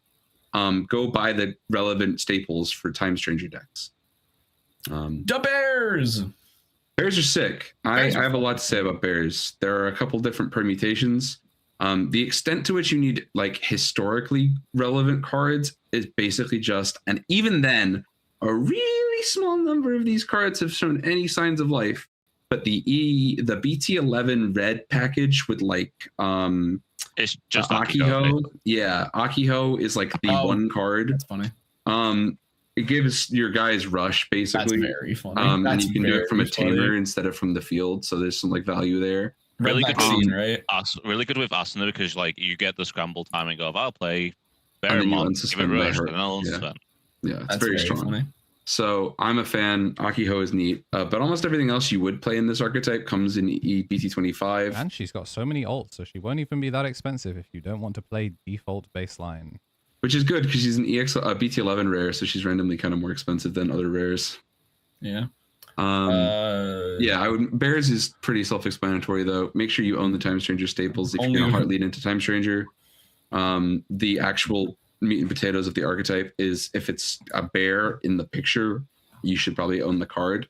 Is it self-contained basically, thanks to all the new stuff they got? Yeah, they've done a really good job making it like the 2 5s and the 2 6s are all in here. Yeah, everything you would play, and then like you play the Tapirmon from 24 because he's another searcher. Box toppers are things that it's like if you want them, they become more annoying to get later. Yeah, Bearmon. Like if you are a bear enjoyer, you should probably get your bear, like the red one. He has a box topper, and then Marsmon is an Olympian, so it's worth acknowledging that he could be expensive by virtue of Olympian collectors, as well as some TS piles might just be like this card says battle. Things are unaffected. I want to punch the bad guy in the face with the large fireball, man. I expect Marsmon to be the most expensive super rare in red this expansion. Like, so if it's basically him, Apollo, or like it's not Tida Vulcanus Apollo bear. Tida might keep it kind of closer, but I think Marsmon will edge it out still. So Marsmon, I think Tidamon's gonna be that expensive with you, if I'll be real. Yeah, but it's a purple card, so purple dudes buy more expensive stuff. I don't know. That shit's already kind of down to like 15. Yeah, well, it's a green card, so maybe that. I want to remind you, it's part of the bad TS deck. We'll see. Anyways, bears. If you want a pair deck, yeah. buy cards with bears on them. Mars might go up. The box toppers are box toppers. They're annoying to buy later. Yeah, make sure you have your staples. Otherwise, yeah, BT24 stuff. If it says Time Stranger and it's seen some success recently, you should pick it up. I'm gonna willfully make one comment about it, which is that the Ultimate Brachiomonn is not justification enough to buy this for dinosaurs. It's not worth it. Don't do it. Move past this. If you like dinosaurs, maybe take this to your like slop pile week. Pre-release it's cool that you can use this dude with with X antibody focused builds instead of Ryutaro focused builds because he's another X antibody dinosaur. But like, still not worth it. This card should have been an uncommon, so I could put it in the Eden. Should have been an Eden card. Yeah, would get banned. Don't play dinosaurs right now. That's not that good. Mirage. Yeah, Dat's soup is you should own all of the as we'll talk about with Beat Break later, you should own the starter deck. Yeah. There's no getting around that. So quick thing, just like the speed run of Dat's Mirage. I think that the Mirage Galgamon is like, so you should, if you are going to play Mirage at any point, the 3, 4, and 5 that we got are pretty damn good. The Mirage itself is okay, but is notably a DATS card, which means that it enables those. I think the Mirage's ult will trend down for a bit and then might go back up when Mirage Burst Mode gets revealed based on how much it cares about you needing DATS things to do stuff. Because this card is better than the Mirages we've been using that are not named 11, but is not sufficient to make up for the hole in the archetype where 11 used to live. Yeah. But I think this ult will trend downwards as a result because I don't think it's actually all that good. Like, as a card, rather. I think you can wait a little bit for Mirage. If it starts going back up, maybe you can panic and buy them, but I don't think Mirage will be that expensive. And then the other blue archetypes, the only two things here. The Agiokuses, I think, are all available at release stamp if you want to be that guy, but they're also uncommons or rares, I think, so they won't be expensive. If you're playing, if you own an orb, if you didn't own your Jupitermons yet, you knew this was going to happen to you, your priorities financially are backwards. And we already talked about Cosmic Area.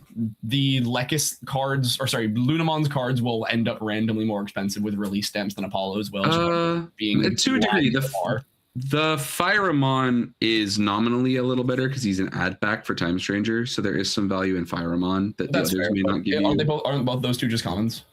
Yeah, I'm just making. I'm talking about like things that could end up with stamps or things that could end up with sure. Yeah, the forests don't come up. Yeah, like common. The price tag on commons is largely negligible until the set is like been out of print for like 5 years or something. It's true. Also, this specific archetype stinks of premium Bandai. Yes. Elecmon should be purchased. It's another common. The Patamon box topper is the first time we're going to talk about Angels kind of at length here. The Patamon box topper, I think, if I'm betting, is the most expensive box topper you can pull from this expansion. I think that's fair. I think the Patamon and Angels pile is poised to do really well out the rip, and people are really unhappy about it. Yeah. And Patamon is the starter from the video game. The Gomamon one was in demand. This one's a sort of situational side grade, the Angel stuff. Is the card the one that searches Adamus? Is that what? No cards search Adamus cards. It's a tag with no function at the moment. Oh, I could have sworn that one of the Gomamon mentioned Adamus. Or is it that it's Adamus tag? It is Adamus tag. Okay. It's confusing. For when we eventually get the Adamus. I didn't fucking know these cards were Adamus tagged. That's so funny. Yeah, but not the promos. Not the promos. The tags just the ones from the expansion. Yeah, but this is a practical joke. Like, what if we just added a tag for no reason? Yeah. The Liberators. More friendly jokes. Adding a tag that serves no function in gameplay. We already did that. It's called Chronicles. Oh, you're right. But yeah, the Patamon is my particular expectation for the most expensive box topper. I would pick them up while you can. Because they're good right now, long term, the Beat Break ones will be more expensive in my particular. There's only the one Beat Break. But it's Gecko, so he'll be expensive. Yeah. I think this is a box topper pack that won't. I think the price gap between things might not be too wide by virtue of the fact that I think all of these toppers, except for maybe Off, are good cards, and that's fine. Yeah, and even then, Off is the Cougar box Off is not a bad card. Off is a fine card. Yeah, Cougar box topper will be good too. Depends on how much hopium your yellow players. Your mileage may vary. two of those videos are out there on the internet. You can find Beat it. Break is Beat Break, good. good stuff is very good. Either if you're playing just best ofs or you want to lean one way, they're both strong. You should own 4 Shakumon. Is this guy an uncommon? Shakumon is a common. This Shakumon's so funny. Sometimes they print him like that on purpose, huh? Yeah. 2D players has already started replacing Paldemon with this. It's like it still does the damage. It still does the damage. Yeah. Good card. He's very good. He's very, very, very fucking good. The yellow cards this set are all like, I don't think there's any really, really bad yellow cards in this set. I think all of them are playable. Like, the worst is maybe Clavis Angemon, and your local Shakumon player who does not want to OTK and instead wants to make an end board is probably still pretty content that this guy exists.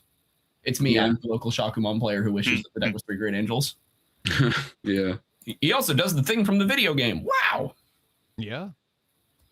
It's very neat. Okay. Will, I wouldn't buy a bunch of these, but they're cheap enough that you should own them. Habakiri, let's talk ultra rares.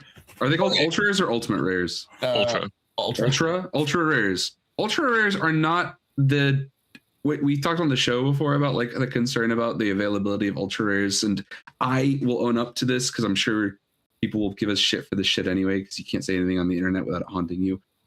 It didn't make the game worse that they added another rarity. It turns out it is a generally accessible piece of gameplay. Like they in the box, you're usually getting 2 of them. They aren't eating into the pull rate on a bunch of other stuff particularly poorly. And with a low count of them like this, you have a pretty good odds of getting the cheap ones that you need. Yeah, I think. So all that said, you can get your Habakiris. I think Jumbo was saying that like in a it's 24 packs, right? In a box, I think. Thanks to the inclusion of Jumbo's math breakdown that he does. I think it's like the 18 out of 24 boxes will have a hit that's higher than a rare, or like something like that, or like rare or above. No, 18 out of 24 packs, you mean? Yeah, 18 out of 24 packs in a box should give you something that's not just double rares as your hits, which is really, really interesting. Yeah, it's a good deal. So all that to say, if you have any interest in what's it called, Beat Break and Glowing Dawn, really you should be getting in on these. They will get more expensive because Beat Break the anime will be continuing to run. Also, as events start, Habakiri will be reminded. Habakiri and Monarch Lisa will both convert well. I don't expect Data Squad to really out the gate do as good as this.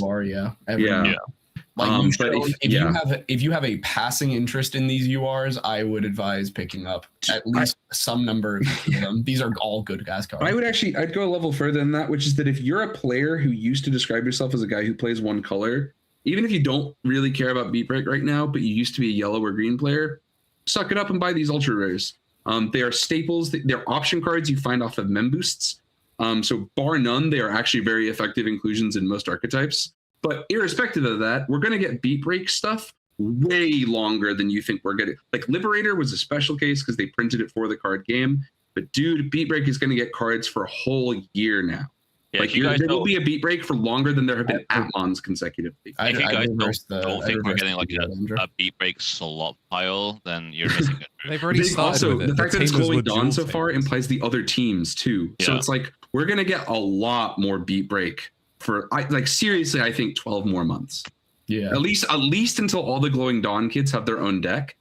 All the Glowing Dawn tamers, then all of the rival gangs and some of those other interesting archetypes. So, yeah, I'm very excited about some of those. Will this finally break Legend Arms? Nope. Not likely. Ask again later. Yeah. UR's good. Yeah. Buy all the URs, especially like even if you're like, I don't like how this guy looks, but you play yellow, should own these ones.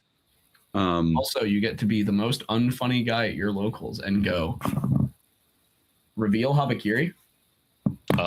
J Nash. Habakiri. Oh, it's fucking ask for Habakiri.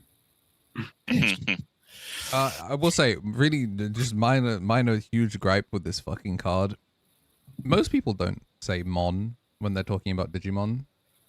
So at least for the first couple of weeks, can you please refer to Habakiri Mon as the top text? Because when you go Habakiri and then do Habakiri again and it's a completely different effect, it's really fucking confusing.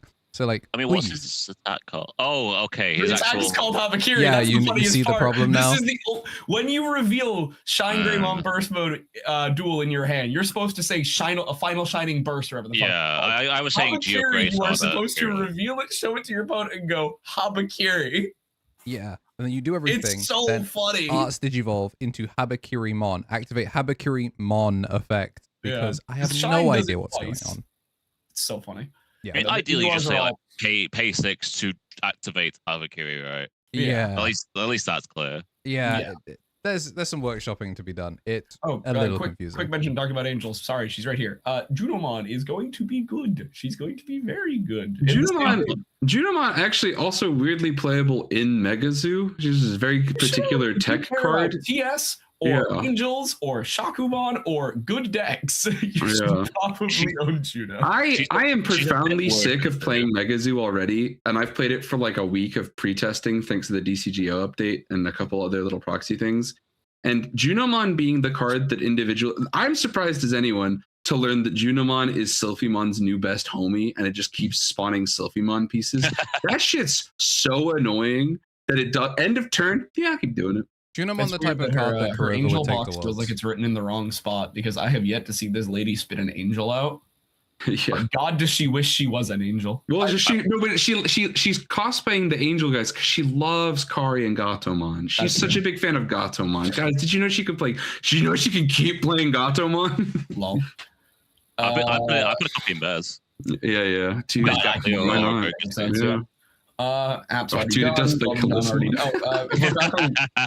we're back on Glowing Dawn, Gekomon Box Topper is like. Yeah, I still think he'll be expensive later, but short the chase rare Gekomon from the structure deck. Short the chase rare Gekomon from the structure deck. This is Gekomon's first Altar. Oh, true. That's true. So it's like if you like Gekomon, and like I'm gonna be real with you, it's so hard to not at least. Yeah, it's a great Digimon. He's such a good design. Also, this Altar is really cool because the moon is in the spot where Monarch Lizamon's moon is. It's like a smash hit. Like if you like Gecko, you should buy the Gecko. Somebody explained to us forever ago that like Gecko is technically a pun. And the Gekomon's name, I'm gonna bastardize this, but the way you pronounce it written in Japanese it's like Gekko or Gecko is like it's like something in the night, and like it's like there's like a bit to this, so like it's all very thematically appropriate. We talked about Atradasmon, by the way, is not where that line ends. We're gonna get more Gekomon cards. We're gonna get a good spoilers for Beat Break. Atradas is supposed to be the evil of Evo, right? Oh, something went wrong. Anyways, pretty good Skullgreymon. Anyways, plants. Kiwi's real good. Kiwi real good. Kiwi real good. Kiwi individually the standout, I would say. We also glossed over her briefly because she was a yellow card, but she's legally a green card. Sirenmon is also there. I think Sirenmon is weird because I think she's a uncommon, right? Or she's a rare. She's a rare. If you are a Sarismon enthusiast, because either you want to play this card does have some uses in Megazoo. Yes, like the Sirenmon is an interesting idea for a pre-release card. That said, in the same way that we're talking about the Agiokusses feel like they're premium Bandai bait, I feel like it would be very unlikely for Sirenmon to not acquire something nice at some point, especially because of how like Time Stranger as a story went, where Siren has more screen time than Ceres. Yeah. I think the Sirenmon is worth. I think plants as a whole are worth like. It's really unfortunate because if you look at Sarismon in this set, you discover that her actual line of text is "Please reveal Habakiri." Yeah, like that card legally. You got one, bro. Reveal Habakiri, and then I will pick up my board. But as a result, that I don't think the plant cards will be super expensive, and I think that if you want to play the Bacchus Ceres deck or just Ceres as a plant as your God-given right to. Then picking these up before the plant reveals both for more Rosemon cards and also the return of the King Bloomlord is not a bad idea. Yeah. Like the Ceres and Ceres accessories are not bad ideas. I think they might go down for a little bit before we start getting more plant reveals. So I think you have time to wait on them if you would like to wait on them. Do people know that Siren is like an infinite value generator if you so much as read the cards intentionally? Oh yeah, the two effects to reduce the cost are separate. Yeah, so you can just keep playing the sirens. You never have to, or so you can keep playing the Cereses. You never have to take the siren out of security if you don't want to. Yeah, you may place. Yeah, so very quirky. It's this thing. The inherit is kind of nice. We said this on Misplay 2 weeks ago as well. This is also currently basically the only thing in the deck that protects Homeros in Mega Zoo, so it's has a niche there. Siren, good card. Yeah. And so are the rest of the plants. So are the rest of the plants. Formon is like a good ass plant, but it is not a Palmon, so you can't Pal-X with it. Still good. Kiwi, very good. Legally a plant, legally a Aegyokus green. This one's the worst of the two new ones in terms of like his immediate application to the archetype, but it's Tamer hate for Jupiter. So if you already own Jupiter cards, I encourage you to own some of these. I don't foresee a world where you'd ever play 4. But it is cool that there's a Vortex beater with decode now, so that you can get some value out of that. Vortex barrier is pretty sweet. Premium Bandai bait though. Yeah, premium Bandai bait. I also bears, plants, bears, apps, bears, plants, app, bears, bears. Okay, let's talk Kokuamon. Cringe onions. Let's talk Kokuamon. As an individual piece for machine stuff, this card, I have heard some people say that this is actually very good for Invisimon. I have not given that any oxygen. I'm unwilling to experiment with that personally. It's fine. When Jamie needs a deck to play, but it's zero memory to go to the 4. It's zero memory from this into the 4. The 4 can play thingy, and then your emblems climb you the rest of the way up. That's cute. I understand. We're gonna go crazy in Eden format. Yeah, these are good cards. They're great in Time Stranger too. Can you use emblems as your Eden slot? You'd have to ask Adam. Yeah. At Red Scar TCG, can I use the emblem Invincibly Invisible? Ban list update coming soon. At Red Scar TCG, do you want to maintain the sanctity of your format? Because we should probably be banning these cards. Might I make a suggestion, please? Yeah. Anyway, the Kokuas are good. Just like the Bearmon, this one doesn't have a box stopper, I don't think, so you don't have to worry about the bling for that. Still, yeah. But the reason I bring him up is the broad package of whatever the hell they thought Volcan. I genuinely think somebody thought Volcanismon was supposed to be the TS homie to Bielstar, like that they were going to be the buddy cop duo. But the actual core archetype of Volcanus's deck is pretty terrible. They're mostly, well, a big part of the problem is that they're Titans, and then Volk isn't. So you end up being able to you're not as easily able to abuse the Iliad searchers that like to do that. So you end up in weird positions where you're supposed to try and search with things like Toyagu, who's option card plus TS Digimon. But really the actual meat and potatoes of it and the early trend with Volk is that this archetype stuff kind of sucks. And really you could just play a good TS bottom end. I've been substituting Selfimon where applicable, and then have Volcanus be a standout. So for right now, unless you're a die-hard Volcanus, Andy, the black Titan cards kind of suck. It's crazy as well. Also rare and below though. So yeah, the Monodramon individually gets my vote for the worst card in the expansion. He fucking blows. What rarity is he? Can I do my joke? Common. Fuck. Yeah. Release temp. It's like Oh, sorry. Gardramon is good. This card's a weird standout. This card's crazy. Yeah, it's just a non once per turn protected by link removal. So there are lots of things. On ace target. Yeah, exactly. There's some quirk to it. It's if you are just getting into Volcanus, you didn't pick up BT24, maybe you were like, oh wow, the TCG after playing Time Stranger, welcome. Thanks for tuning in to the podcast. Here. How did you get here? How did you get here?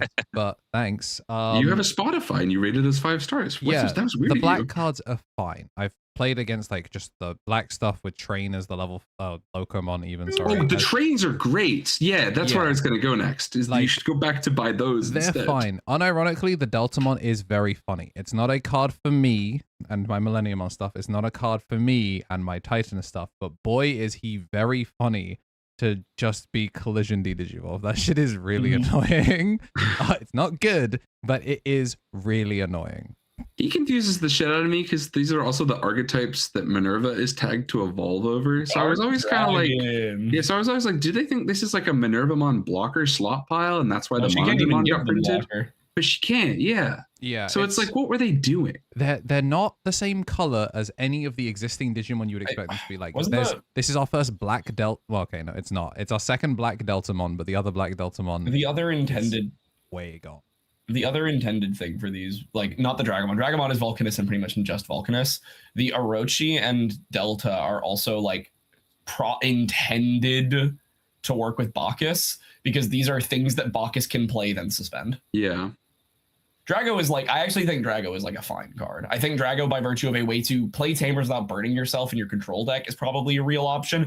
And also just like getting to cast spells is pretty good. Like getting to, I think the red TS option from this set is a lot. Ignition Flare? Yeah, I think Ignition Flare is very good if you don't have to pay for it. Yeah. Yeah, it's nice. Also, its Inherit does come up. Like, if you're actually having to evolve into Volcanus and you're like, well, I hope I don't get de-Digivolved, so I lose my... Like, well, I don't hope I don't get removed, and you don't have Divine Arms version Omega, like Dragomon being like an instance. This means that you could link nice. not Omega Arms as your first link. Like you can link double like red option or red option, black option. Yeah, like anyways, we've kind of skimmed over them. If you don't own promo Chaos Mod, I would advise they're not automatically write-offs on the context that you also play D-Brigade, but if neither of those things are true, you're not doing it. Cards. Yeah. Yeah, if you own Chaos Mod cards, these are all rare and below, I think. I think it might actually all be uncommon. The tank is a rare. Oh, okay. Yeah, if you play either of the archetypes that these cards mention, in the same vein that if you play any of the archetypes any of these cards mention, you should buy them. But also that this deck is not amazing, but Volderarm is a good card still. We're gonna go through after we've done this little quick review, and actually talk about how many any of us would buy of any of these fucking like big men, because like we're talking about these cards and archetypes like they are in some capacity built equally. But if money was infinite, I still wouldn't buy 4 of some of these. Yeah. Volk is maybe one of them. Volk Venus is neat. There are a couple other Volk mid-rangey versions. People have been playing like a really aggro TS deck where like you swing at the 4s, you DNA to Sylphies, things like that. But like this card is so fundamentally fucked by digivolving into it that it stops working. So at best, and he's bad in Mega Zoo. This is the third time we've brought Board Wide Rush to a Time Stranger deck.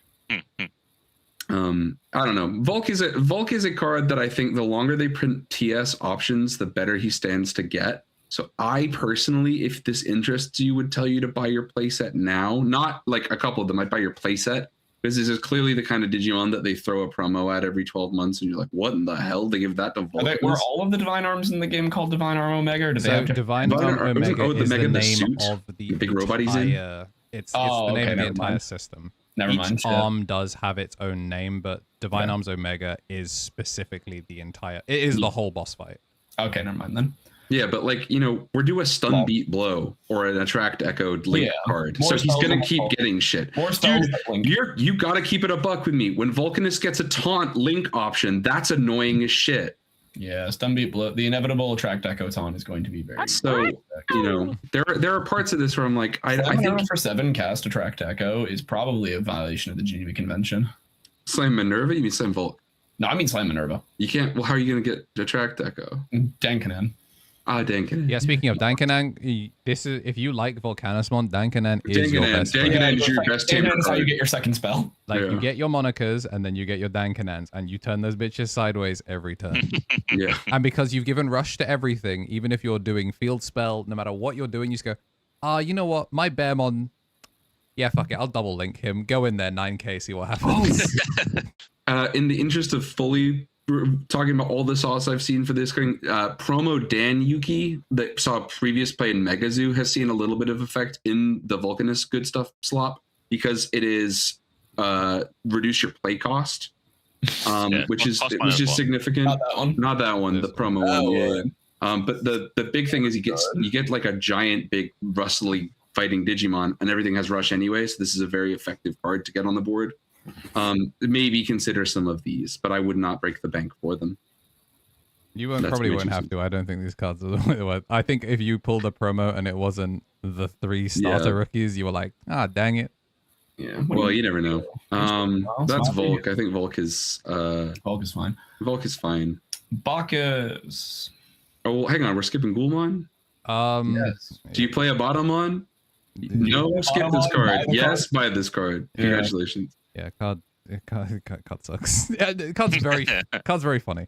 It can't suck less than having not gotten a card though. True, it is a So level. if you played the deck, you buy the card. It's another level 6 to load, and he does sometimes say 2 damage. Sometimes he actually says 3, depending on how nice at the game you are. Yeah. He develops lethals that play through random suspend bodies coming out and fucking with your lethal. However, we can't have shit, and it's 11 play cost or lower with Negamon in Digivolution cards and Negamon in tech. They're just like, not all. And so if you do the gimmick and reset your egg deck because core pushed out, fuck you. Yeah, you gotta reload the gun. Yeah, you've got to go all the way back through. This shit is not crazy. Okay, Bacchus. Bacchus currently is in the TS Plants deck, but Bacchus will not stay, well, unless they continue to print explicit support for Bacchus Ceres, the archetype, then this card is worth picking up your copies of. But really, Bacchusmon is kind of the odd duck out at the moment. I think Bacchus will be the cheapest Olympian by the time Yeah, if we include Pluto in Olympus, like once Pluto is the last of the Olympus 12 that we get, I think Bacchus will be the cheapest out of all of them. I think he currently is. Just that would be my expectation. Well, then my Apollo and Diana just have enough homies that like it anyway. I think, but all that to be said, Bacchus is weird because his combine reduces cost is really odd. The like 12 total levels thing is kind of a challenge to get into play sometimes. Mega Zoo back. Yeah, but it is, in fact, actually a very good Time Stranger card. Oh, yeah. So if you play Time Stranger stuff, this is one of those cards that you should buy while they're cheap, because if they give another passive, Gear Forest good stuff, I would pick those up. I mean, we still don't have Lotos and Hippogriff? Yeah, there's a whole bunch of stuff that's still missing. Or Rose and Rose and the silly Palmon swings. Yeah, so there are aspects God, like if this the Palmon transport service is going to be the number boost. If this archetype interests you, I think you should buy them while they're cheap. But my expectation is that it will not immediately do that super well, and that at least Ceresmon will be able to be like, in 5 months when Plants has some stuff, they'll be like, well, at least I'll take my Cereses with me when I've tried Plants. This next archetype to discuss, by the way, just to a quick put, feels like the biggest waste of 5 minutes we could have. We're not going to talk about it. If you don't have them, Beelstar cards, you were going to buy anything with Beelstar on them. Yeah, we already mentioned ultra rares, but you should buy the Asanas. All of these cards are 4-ofs in this archetype. How expensive? How expensive do you think 3-cost alts? What's her name is going to be alt Asana, the 3-cost one? How expensive? It's currently 400. I think it's currently 400. I know. I think 400 for alt BT24 Asana. No. He's talking about Beelstar. Oh, sorry. I thought you said 3-cost Asana. No, I was making fun of Jamie again. Yeah, right. Oh, sorry. I thought you meant the. No, I was taking the time out of my day to make fun of Conquest MIDI kill friend of the show. Yeah, this is a crisp £7 waiting to be spent. Yeah, this deck is good. If you were gonna play muskets, you were always gonna play muskets. It's also there's another layer to this. And I've never played muskets. Yeah, that's because it's cool now. Well, muskets was cool in EX7 when it was an interesting kind of deck. It was just trash. It just sucked, yeah. But like, turns out giving it a win con and playing like a Magic Burn deck actually does get you far enough in the game. And I want to jump this one more. I know you have a much more informed take on this deck, but I'm gonna get mad at comment Andy's. I know Beelstar X is expensive. Don't waste your time commenting about it. It's an obvious thing that everyone's aware of. Good thing they preempted that before the goddamn pre-release went and said, hey, in November, we're giving them back to you. So if you have any interest in muskets, which is going to continue getting cards for the better part of a year now, dear God, just buy the stupid cards. Don't be like, oh, I didn't have Bales X, so I didn't buy the ultra rares. And then in 6 months' time, you're like, I have Bales X, but no ultra rares. That's you losing to Solitaire. Beelstar X is going to get cheaper. She has a reprint coming. That's my point. So it's like there's no. Don't let the reprint of the current thing stop you from getting the thing that you would also need otherwise. Because like if you are not buying Beelstar duels because you're waiting on the Beelstar X reprint, when the Beelstar X reprint comes out, we'll be separated enough from 25 that Beelstar duel could end up expensive. Like, if you have to bite the bullet at some you have to bite the bullet at some point. You have to fly the bullet. You have to fly the bullet. You have to cast for 6, reveal fly bullet, of in cold food, of out food hot. and then eventually like you'll start picking up your cards. But like say la vie, right? Like Beelstar X is expensive, and you don't have a real win con without her other than casting red, what's the option called? The burn one? Bind red trigger. You have to cast 3 more blind red triggers to make up for it, but like you will need this card eventually. I don't know. If you were going to play muskets, though, you were always going to play muskets, right? Like, yeah, these cards are technically speaking competent to a degree in Time Stranger stuff. Lady Devi, as I understand it, has some freaky shit she can do in Titans, but like, card a Titan? Yeah, it is a Titan. Oh, wow. Yeah, she's from the Digimon area, I think. Yeah, wow. But all that said, it's like this archetype is really, since it was maybe the best PR campaign a deck ever got, was being rebooted away from that walking war criminal secret rare, but an archetype with a game plan and everything tagged and uniquely designed cards with effects that we'd never seen before, where you trash options from sources. When they rebooted muskets and gave it a custom tamer card, that's how we should have known it was going to stay relevant. So all of that being said, if you don't have any interest in it, you can skip it. I still think you should own Purple Ultra Rare Fly Bullet, because this is a purple Digimon, a purple option card you can find off of a Mem Boost. And I'm going to say that a lot, because for a little while, these are relevant effects. But for now, it's like, just don't be stupid with your money, guys. Is the Witchmon, what rarity is the Witchmon? Do we have to talk about it, or is it just a common uncommon? It's a common. Okay, cool, skip. Good card. Anything else in here? Taida. Sorry. Everyone says this is at least a 3 of in Titans. Did you? I'm sorry to anyone who bought like promo Titamons before the like event stamp one came out, after the first wave of Titan support, and before this one came out. I think it's unfortunate. I managed to get mine relatively not criminal, but they were more than I would have liked. It's one of those, you go on Card Market and you type in Titamon, you go, damn. An annoying card. Yeah, if it's any consolation, the promo Titamon is still like a relevant card that you. Oh yeah, no, he's still relevant, but it is more just like damn. They really were like, okay, now here's the second one you have as an option. Also, this one plays better with Doraemon, right? The new one is more defensive with Doraemon a little bit. The new one's better with Doraemon, because the idea then is you restand and you pop something, as opposed to restand and play a dickhead. So like it depends. Like they both have a different value, but like the main thing is this one evolves for 3 and therefore evolves for 2 during combo, whereas the new one evolves for 3 during combo, which does matter. Also, I'm not gonna lie, the only burning on the Evo / play by effect, and then otherwise just kind of like booming a Digimon is kind of, I really want that burn, because this shit does not have Alliance, and not having Alliance on a Titamon that made it back to you does feel kind of grim. At least doing it on play means that he just gets, this is just the one that you spit out off of Titan Skull, right? Yeah, in most instances, unless you need to lock down. The advantage of this one is that you almost never have to fucking pay for this asshole, because he's just the thing you got off Titan Skull. Yeah, it's just sometimes you do, like, he is the one that you found, so you evolve him during combo, and then if he makes it back to you, because, he has When I Would Leave, and chump something for trying, you then swing him again and go, right, oh, the burn's never coming up again, huh? Yeah, God's good. It's not giga broken. It doesn't fix a lot of issues of the deck, but boy, does it make your high roll funnier. This also means that the deck now can be played without promos, right? Like, obviously, you'd still like promo. No, you need. You really do need the Titan. You have to play promo Titan. It goes 2 over. It goes 2 over. Your damage clock is fucked if you don't have that first bout of damage. Yeah, or sorry, the first activation to get the 2 damage in. Could you play it at locals and feel like you have a Titamon that is better than the old purple ones that did nothing?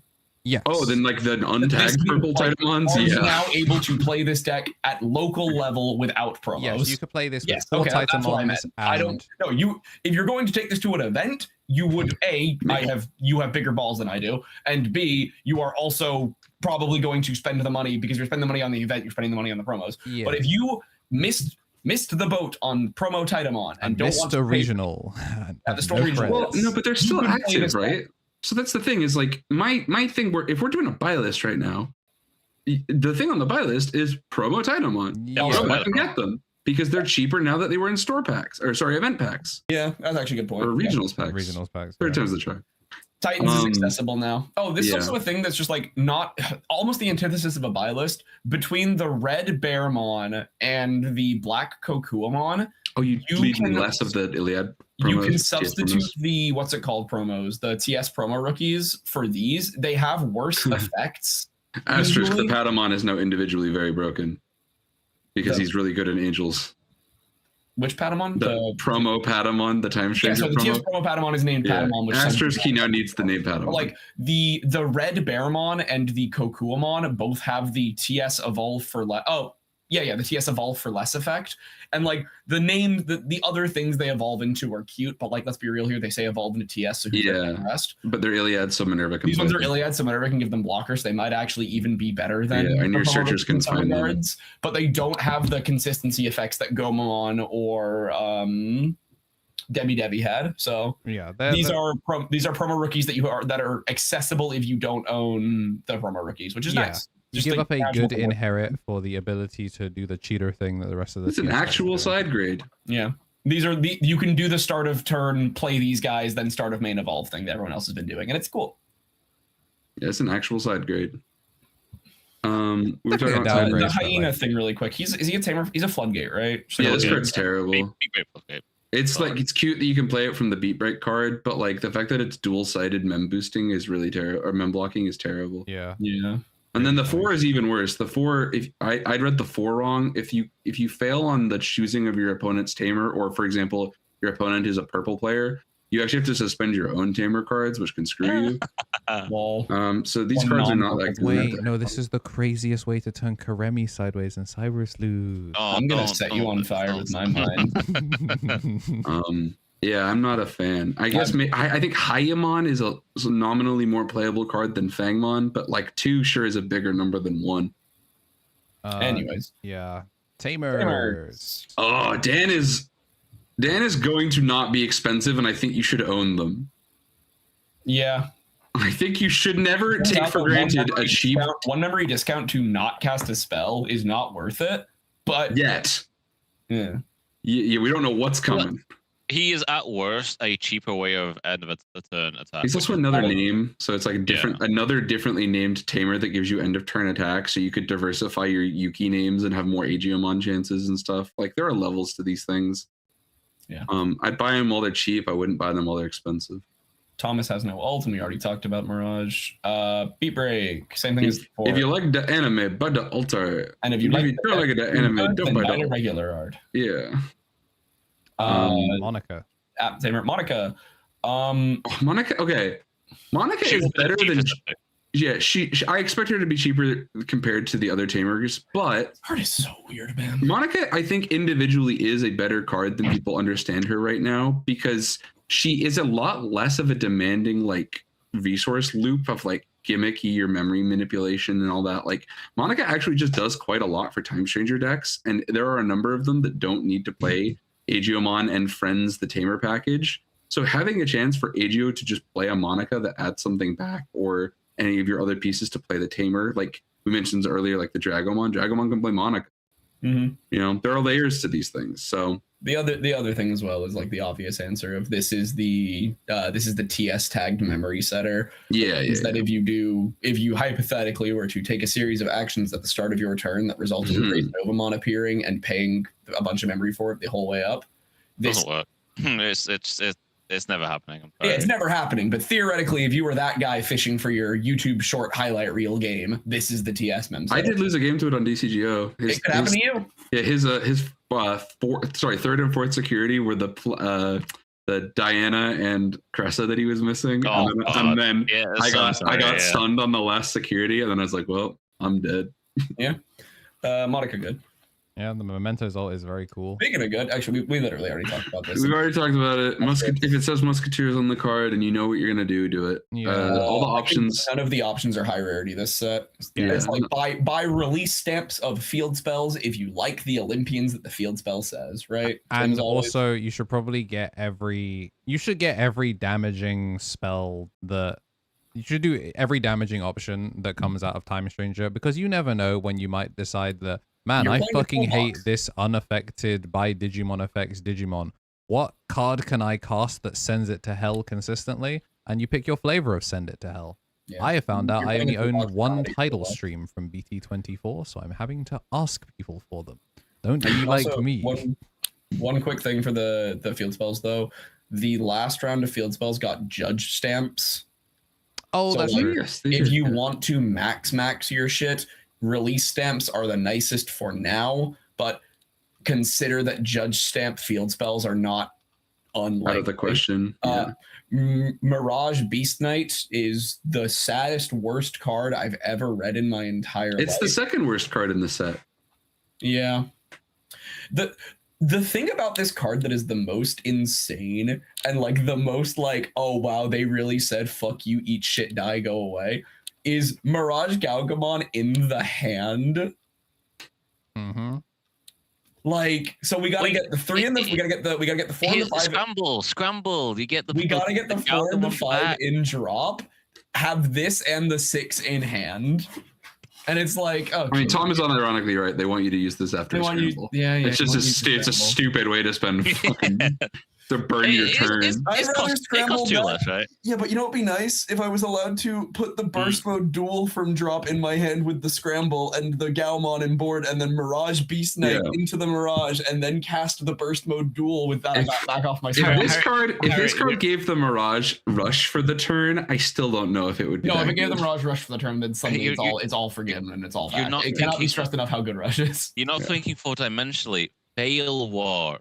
For free cost. Can this one fail warp? 5. Wait, can this one fail warp? Then you can. By placing 1 Julie, down. You may.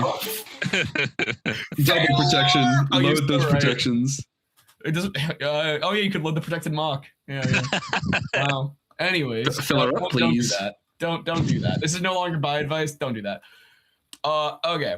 I said my thing on Grace Nova already. I think that I think his deck's not that great. I think he'll go down. It's crazy he's the most expensive of the secret rares because this is either Grace people Nova, that played the DS game or like that, you know what, I finally want a reason to give a shit about Grace Nova, and then people that played the game and went, wow, this is the coolest Digimon to ever do it, huh?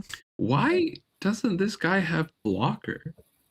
Because he has counter timing and attack. That's why. But he would be so much better with both. You could have both. You don't. They appear to be okay with giving, let's say, an above average amount of keywords to secret rares. ShineGreymon's got burst. Doesn't even. Yeah, no, that's a lie. No, you'd actually have to enter. You'd have to play it with the fish one. What's even worse about Cosmic Area is that once you turn into Grace, you lose Rush. Yeah, like you're DNA'd, so you got Rush there, but the guys next to him all lose it, and it's like, dude, what are we fucking doing? Anyway, guys next to him. True, actually, my bad. Listen, if you care about Mr. ShineGreymon S. Greymon, Mr. ShineGreymon Burst Mode, Mr. ShineGreymon Bad Manners, and his final Shining Burst, which I don't think you can make this joke on the internet. You should buy these cards quickly. Like, I think this card is going to start putting up a generational run. Yeah, it'll be good in DATS for a little bit too. Like, I think if DATS is going to get half a year of cards, I think I'd own the secret rares if you care at all about like.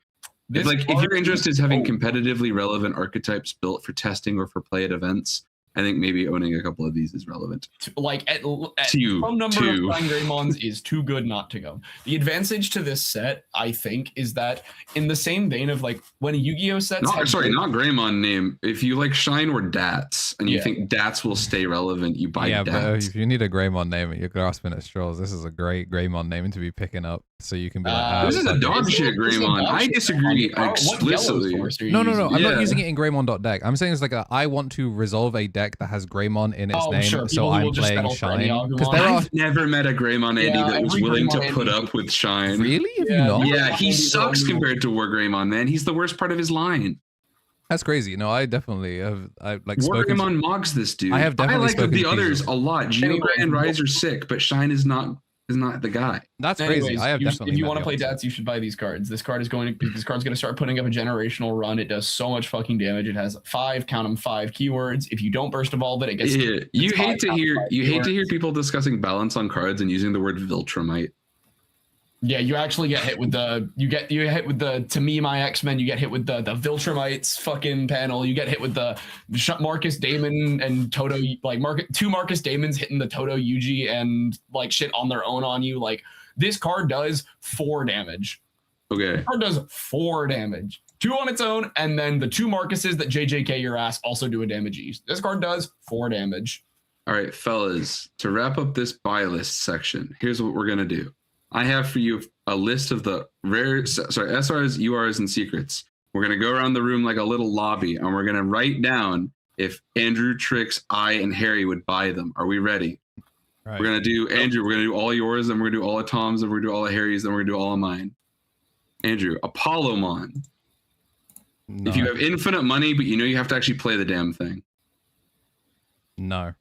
All right, Marsmon. No. Dianamon. No. Mirage. No. Yes. Habakirimon. Yes. Junomon. No. Monarch Lizamon. Yes. Sarismon. No. Rebootmon. No. Volcanusmon. Yes. Bacchusmon. No. Idomon. Hell yeah, brother. Bellstarmon. Yes. Monica. Yes. Asuna. Yeah. Grace Nova. Yes. ShineGreymon Duel. Oh. All right. So if you like the decks Andrew makes deck profiles of, you now have an indicator of how many play sets of cards you would buy. There is a caveat. I don't want to play TS Ping Pong Turbo, which is why Diana and Apollo got no's from me, because those are skinwalkers that share the same name as the deck I like. So when Trix then goes and says the same things I said, but with 2 more yeses, there is the explanation. All right, well, rapid fire for you, Tom. Apollo. Yes. Mars. Yes. Diana. Yes. Mirage. No. Habakiri. No. Juno. Yes. Monarch Lisa. Yes. Sarismon. No. Rebootmon. Hell no. Volcanusmon. Yes. Bacchusmon. No. Titamon. No. Bellstarmon. Yes. Monica. Yes. Asuna. Yes. Yes. Grace Nova. Yes. And finally, Burst Mode Duel. No. All right. So that's, like we said, 2 more yeses. It's crazy. Harry. Apollo. Nope. Mars. Nope. Diana. Nope. Maharaj. Nope. Abakiri. Nope. Juno. Yeah. Monarch Lisa. Nope. Saris. Nope. Reboot. Nope. Volk. Yep. Bacchus. Nope. Titamon. Nope. Bellstarmon. Sure. Monica. Sure. Asuna. Sure. Grace Nova. No. Burst Duel. Yeah. Cool. This guy hates this set. This is the closest I've come to a skip. This is the closest. I'm saying yes to a card I have passing interest in. I cannot stress to you enough. I think there's a lot good in this set. I'm so content with the fact that this set and every set revealed so far up to EX13 does not look like it has much that will interest me. I'm very happy in my lane right now because EX13 has got to not fuck up my sandwich again. It will. And for the record, I actually think, and I'm being completely genuine, individual card quality has me saying that, well, with 1 asterisk, which is favoritism, individual card quality, I would probably buy every super rare in this set except Mirage. I'm not kidding. I would buy every ultra rare if I in some cases have a play set, and then I would maybe. Well, I'm buying Grace Nova, but you don't have to. Don't do this to yourself. Yeah. Do it, so. I won't be on camera with that deck because I'll lose to like some filler thing. You'll join me on table. We're X2 at local. Yeah, exactly. Just we need play Jamie dice in the corner. We need Jamie to start like recording locals so he can start doing that table 5 and under shit he was doing. That table 8 locals. That shit was fire. Yeah. Jamie's ideas are so good. He then just gets busy and can't keep doing them. His ass is not busy. He gets lazy. Mic'd up table 2, like Jambo and fucking Marcio ripping into each other as Marcio 5-0s Jambo in the time of a regular round was so fucking funny. And then like all of those mic'd up games were also he did the fucking masterclass videos or whatever the fuck, where it's like two dudes who play a deck go on mic and play a matchup together.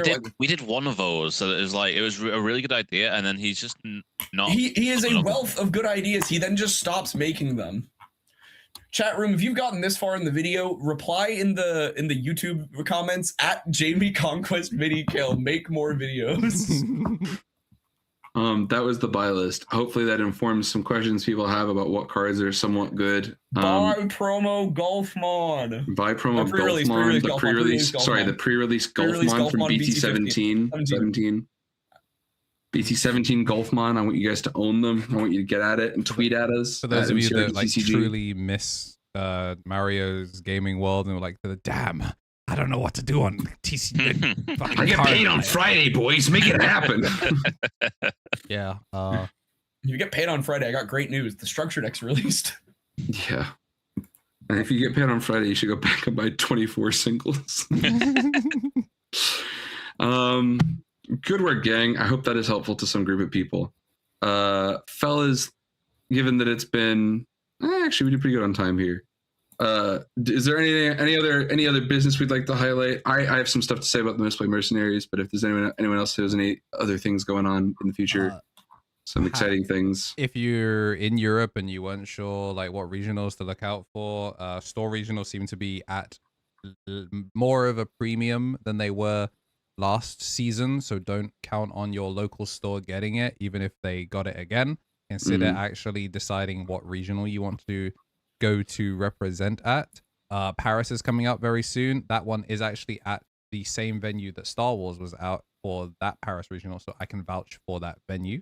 Where is it? Which venue is it? It's in East Space Saint Jean Monnet. Oh yeah, I do know that one. Yeah, cool. it's like a giant testing hall for like exams and shit like that. Very nice venue. Not super difficult to get to, and there's hotels that are in literal walking distance. So that's a really good one to go to. And if you love getting to flex your cool techs on stream, you should go to the Barcelona regional, which they still have not announced the casting talent for. So ignore what this has context for. All I can tell you is that event will be broadcasted. So if you like watching Digimon content, the week after is Barca. Yeah, we'll probably end up covering these. I would just like to let the audience listening at home know that your Spotify wasn't broken just now, and that if we did have to cut out that previous 10 seconds of audio, you won't know why, and it's okay. Nothing's up with your phone. Yeah, Europe's got some cool shit coming. I think Athens is coming up soon, and yeah, I don't know. That's all from me. European events are doing well. People are gonna go to them, huh? Yeah, it's going to be an interesting one. Speaking of people going to them, you might notice some jackets that we're wearing on the screen with a logo and the name. Sorry, a name and a logo. Left and rights are bad on cameras. You might be familiar with because it's literally right next to me on the screen. We're taking a shot at this. Last year we paid for entry. Well, partly off a bit I suggested, which was that from when we hit like 1,000 views or whatever in a week. On a tier list, I was like, we'll pay for Tommy Tricks to go to an event. And we ended up extending it to Tommy and Billy Waters, our top first and second finalist placement players from our previous Misplay for Game event. Misplay 2, shoutouts. I never had a subtitle, but in my head, it was the bad guys. Yeah. The intent this year is to put out some content so people become more familiar with regionals, because we do cover a lot of stuff on these, but we don't actually talk about what they're like. And like there's not a ton of like actual, like maybe there's a Ben vlog occasionally where he talks about the process of preparing and the information behind the deck, but like those are somewhat sporadic and kind of like contingent on his prep level in terms of like what he's willing to give up if he's going to, I don't know, for example, represent at nationals again. Congratulations to Ben. I don't even think we talked about that in a minute, but it's crazy that he's already gotten his invite one event in. Just what a guy. But we're trying to put our money where our mouth is. So we're going to send some folks to events this year with the intent to produce content that gets people informed on the competitive scene, things you might need to know. Because there's a whole lot of people who are like, oh, it's not for me, but I don't understand how vacations with your friends aren't for you. So I think maybe you just need to have some of this stuff recontextualized. So we're hoping that this can help. I want to get a couple things straight, though. If you see somebody in the jacket, don't go annoy them unless they have explicitly made information available to you publicly that you would like to see them. Andrew and Marcio and I regularly talk about how we're going to be at events and stuff. And that's us inviting you to come say hi. Do not go piss off the Misplay mercenaries while they're playing their games. We're paying for them to be there. We're sort of hoping they're making some stuff. So be respectful. Be respectful to any tournament attendees you see, but in particular, be respectful because it reflects. We will flame you on a podcast. Holy shit! I know so many. I got. Hold on. I got 4.87 thousand people who'd love to hear how much of an asshole you are. So that's where we're at. Yes. More information to come in terms of stuff like that, but the intent right now is that you'll be seeing.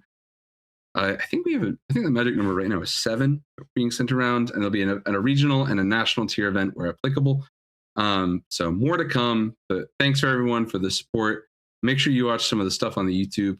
Consider when we next post our stuff, buying tickets to the case tournament, or we usually do the like support the event things.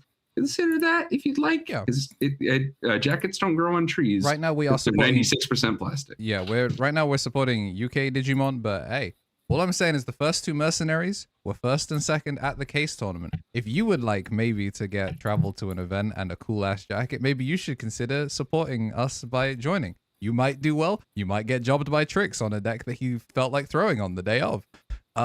Who's to say? The world's your oyster. We are all equal under Aegisdramon. Yeah. Speaking of Misplay events, a little bit of work has been done on a sneaky little project, but we can at least talk about it because me and Jamie are confident enough in the name of it all and what it's going to be. But we're producing a draft video. It's going to be a series of videos. I want to say thanks to people who have hit us up in comments or things like that. All of it is written down. I basically used the whole month of April to collect the information. A number of Misplay for Games previous guests and stuff are being reached for comment and maybe collaboration. So if there's some Digimon YouTubers that you like, that you want to make sure maybe know about this thing, get in the comments, let them know, let us know who you're looking for. Maybe sometimes stuff slips through the cracks. I'm pretty online for these things, but I don't always catch all of it. So let us know. But that video I'm hoping to have finished sooner than you'd think because product collecting has gone well. So it's going to be a very special series of like exciting new kind of tournament art. If you guys like battle manga, you'll be great. But what was it? The Jupiter Kaisen? Maybe that's what we call it. Jupiter Kaisen. That's crazy, actually. Good tweet. But yeah, for information on that, I'll be posting about it. Angel will be posting about it. But then also the collective information is usually at MCRDTCG, and we put up stuff there. You can see the picture of everybody with the jackets. They look nice. And yeah, one more time. The other thing is we'll probably be making people aware of how many Misplay mercs are going to things. So if you want to be like, who will be there? You'll know. Yes. I'm not going to this regional football. I don't want to be in the same vicinity as him. Is that everything? I had another note. One sec. I don't know. Maybe I'll like, how I'm like, rookies or whatever. If you meet me at an event, I'll bring some things. Maybe I'll just hand a bunch of sleeves to a couple of fucking mercs. And have these have inside pockets? If they had inside pockets, I'd happily keep sleeves on hand. They do not. This is actually the ulterior motive, is that so Andrew doesn't have to go to events. So where's my sleeves? It's like. No, I'm only saying this because shake me like a WarioWare, like a Wario Land enemy. I'm only saying this because the likelihood of me playing at an event continues to go down with every single event. I will almost definitely be staffing and unavailable, so having people I can give things to on my behalf would be nice. Like, for example, I will be at UKGE. You will not see me. You know what? I'm complaining. I should have read the small print when I signed. You will be turned into a human loot box. Well, you gonna get 2-0'd by a dude who's like, by the way, Elixar said you had sleeves, and I'm gonna have to be like, yeah, man, sure, here you go. My like dead body on the floor is glowing, and like you pick up the items. Like, I wouldn't wish losing the win in to Johnny Lowe and then having to ask him sadly for sleeves on my worst enemy. This is why you do the marketing this is why you do the selling of goods before. No, because it's actually more unnerving when you talk to Johnny and he's so friendly, but in about 8 minutes he'll kill you. Promote. Yeah. Oh my God, Craven the Hunter is here. It's like, maybe you'll bubble in, but just in case, here you go. One more time. We're goofing. We're goofing, but one more time, please get in the comments if there's any particular Digimon TCG content creators who you'd be interested in getting involved with. Perhaps also being aware that we may have already spoken to them, but it would be nice nonetheless because I'm sure they would be appreciating seeing that people want to have the mixed up. Otherwise, yeah, more info to come on the socials, whether or not it's on here or maybe some other platforms or other things. Maybe some long, less active shorts channels may get some uploads. We'll see, guys. But things are coming, so watch Digimon stuff that's not just gameplay because we work real hard on it. Yeah, and if you join the members, you're gonna see some Digimon stuff that ain't gameplay. As we once again bust out our good friend Notepad to yap about what did we book in today's one for? It's my first. We're doing. Listen, the NBA finals are coming up. I'm real excited. So I've been doing bracketeer content. We're gonna do the set. We're gonna do a bracket head to head, and we're gonna pull straws out, and it's the set that had the highest quality super rares, not contextually on the meta game, just like whose cards were the best. So very cool. Real hard to be sat across from EX5 Animal Coliseum. Yeah. So the Boston Salty X5. Yeah, so if you're looking forward to stuff like that and you want to see it this month, you should become a champion or higher, and you can get that. Otherwise, the rest of you will see this in June. But thanks for coming through for the podcast, fellas. Did people want any plugs? You want to plug some shit, or should we just get out of here? Do not perceive me. Do not find me on any other platform. Jerks. I should. Oh, do you know what? I have a new Twitter because mine got hacked. So, yeah. I forgot about this. So I have a new @, which is actually arguably your tag is so good now. It's actually so much your better. Your tag is so sick now. So my @, let me just double check to make sure I'm not griefing myself. I can tell you, it's @TextDex. Yeah, it's TextDex now. There I am. Jupiter Kaiser. Jupiter Kaiser. I've not posted too much, but like the last post I did, I retweeted the last post I did, winning an event. Yeah, I want to pre-release. The last I did a quote retweet on some guy, and it got 1,000 likes. I won my class 5 locals. Banger post. Some guy liked is that one before I realized it was you. Some guy is so funny. That is our defending European finalist for Gundam. Damn, Bandai card game players, huh? Yeah, Krishiv is. He's not wrong. Yeah, Krishiv, super cool guy. Expressly bold. I love the bold people. Makes you better at card games. Yeah. Excellent. That's true, actually. Most of the bald menaces I know top multiple times a year. Yeah. So yeah. It's some UK @TextDex. Make sure you follow Tom because that account is good. That's it. I think that's all the I can find it my third thing. But the most important one was don't be an asshole to the mercs. Check out for the keeping our peeled for the draft. You should be an asshole to OmniX instead. Yeah. If you Jambo, yeah. in the business. Yeah. Tweet @Jambo and Yuxo. Hey guys, tier lists are already taken. I disagree with all of your takes. Yeah. Right. Here's the liability warning. I am not responsible for the verbal harassment that you will endure from trying to talk shit to Jambo. If you open yourself up to that, I'm not responsible for the retaliatory attack. Like, you will die, and that's on you. My bad, dog. Jambo's gonna come to us and be like, yo, these people are shit talking me. What's going on? I was like, Jambo, it's fair game. Kill them all. I couldn't tell you, hey. I certainly haven't said anything. Skulls. All right, let's do the thing that people are waiting for. The only reason anyone tunes into this stupid podcast. Baba Booey, baby. Baba Booey. Baba Dual Revolution.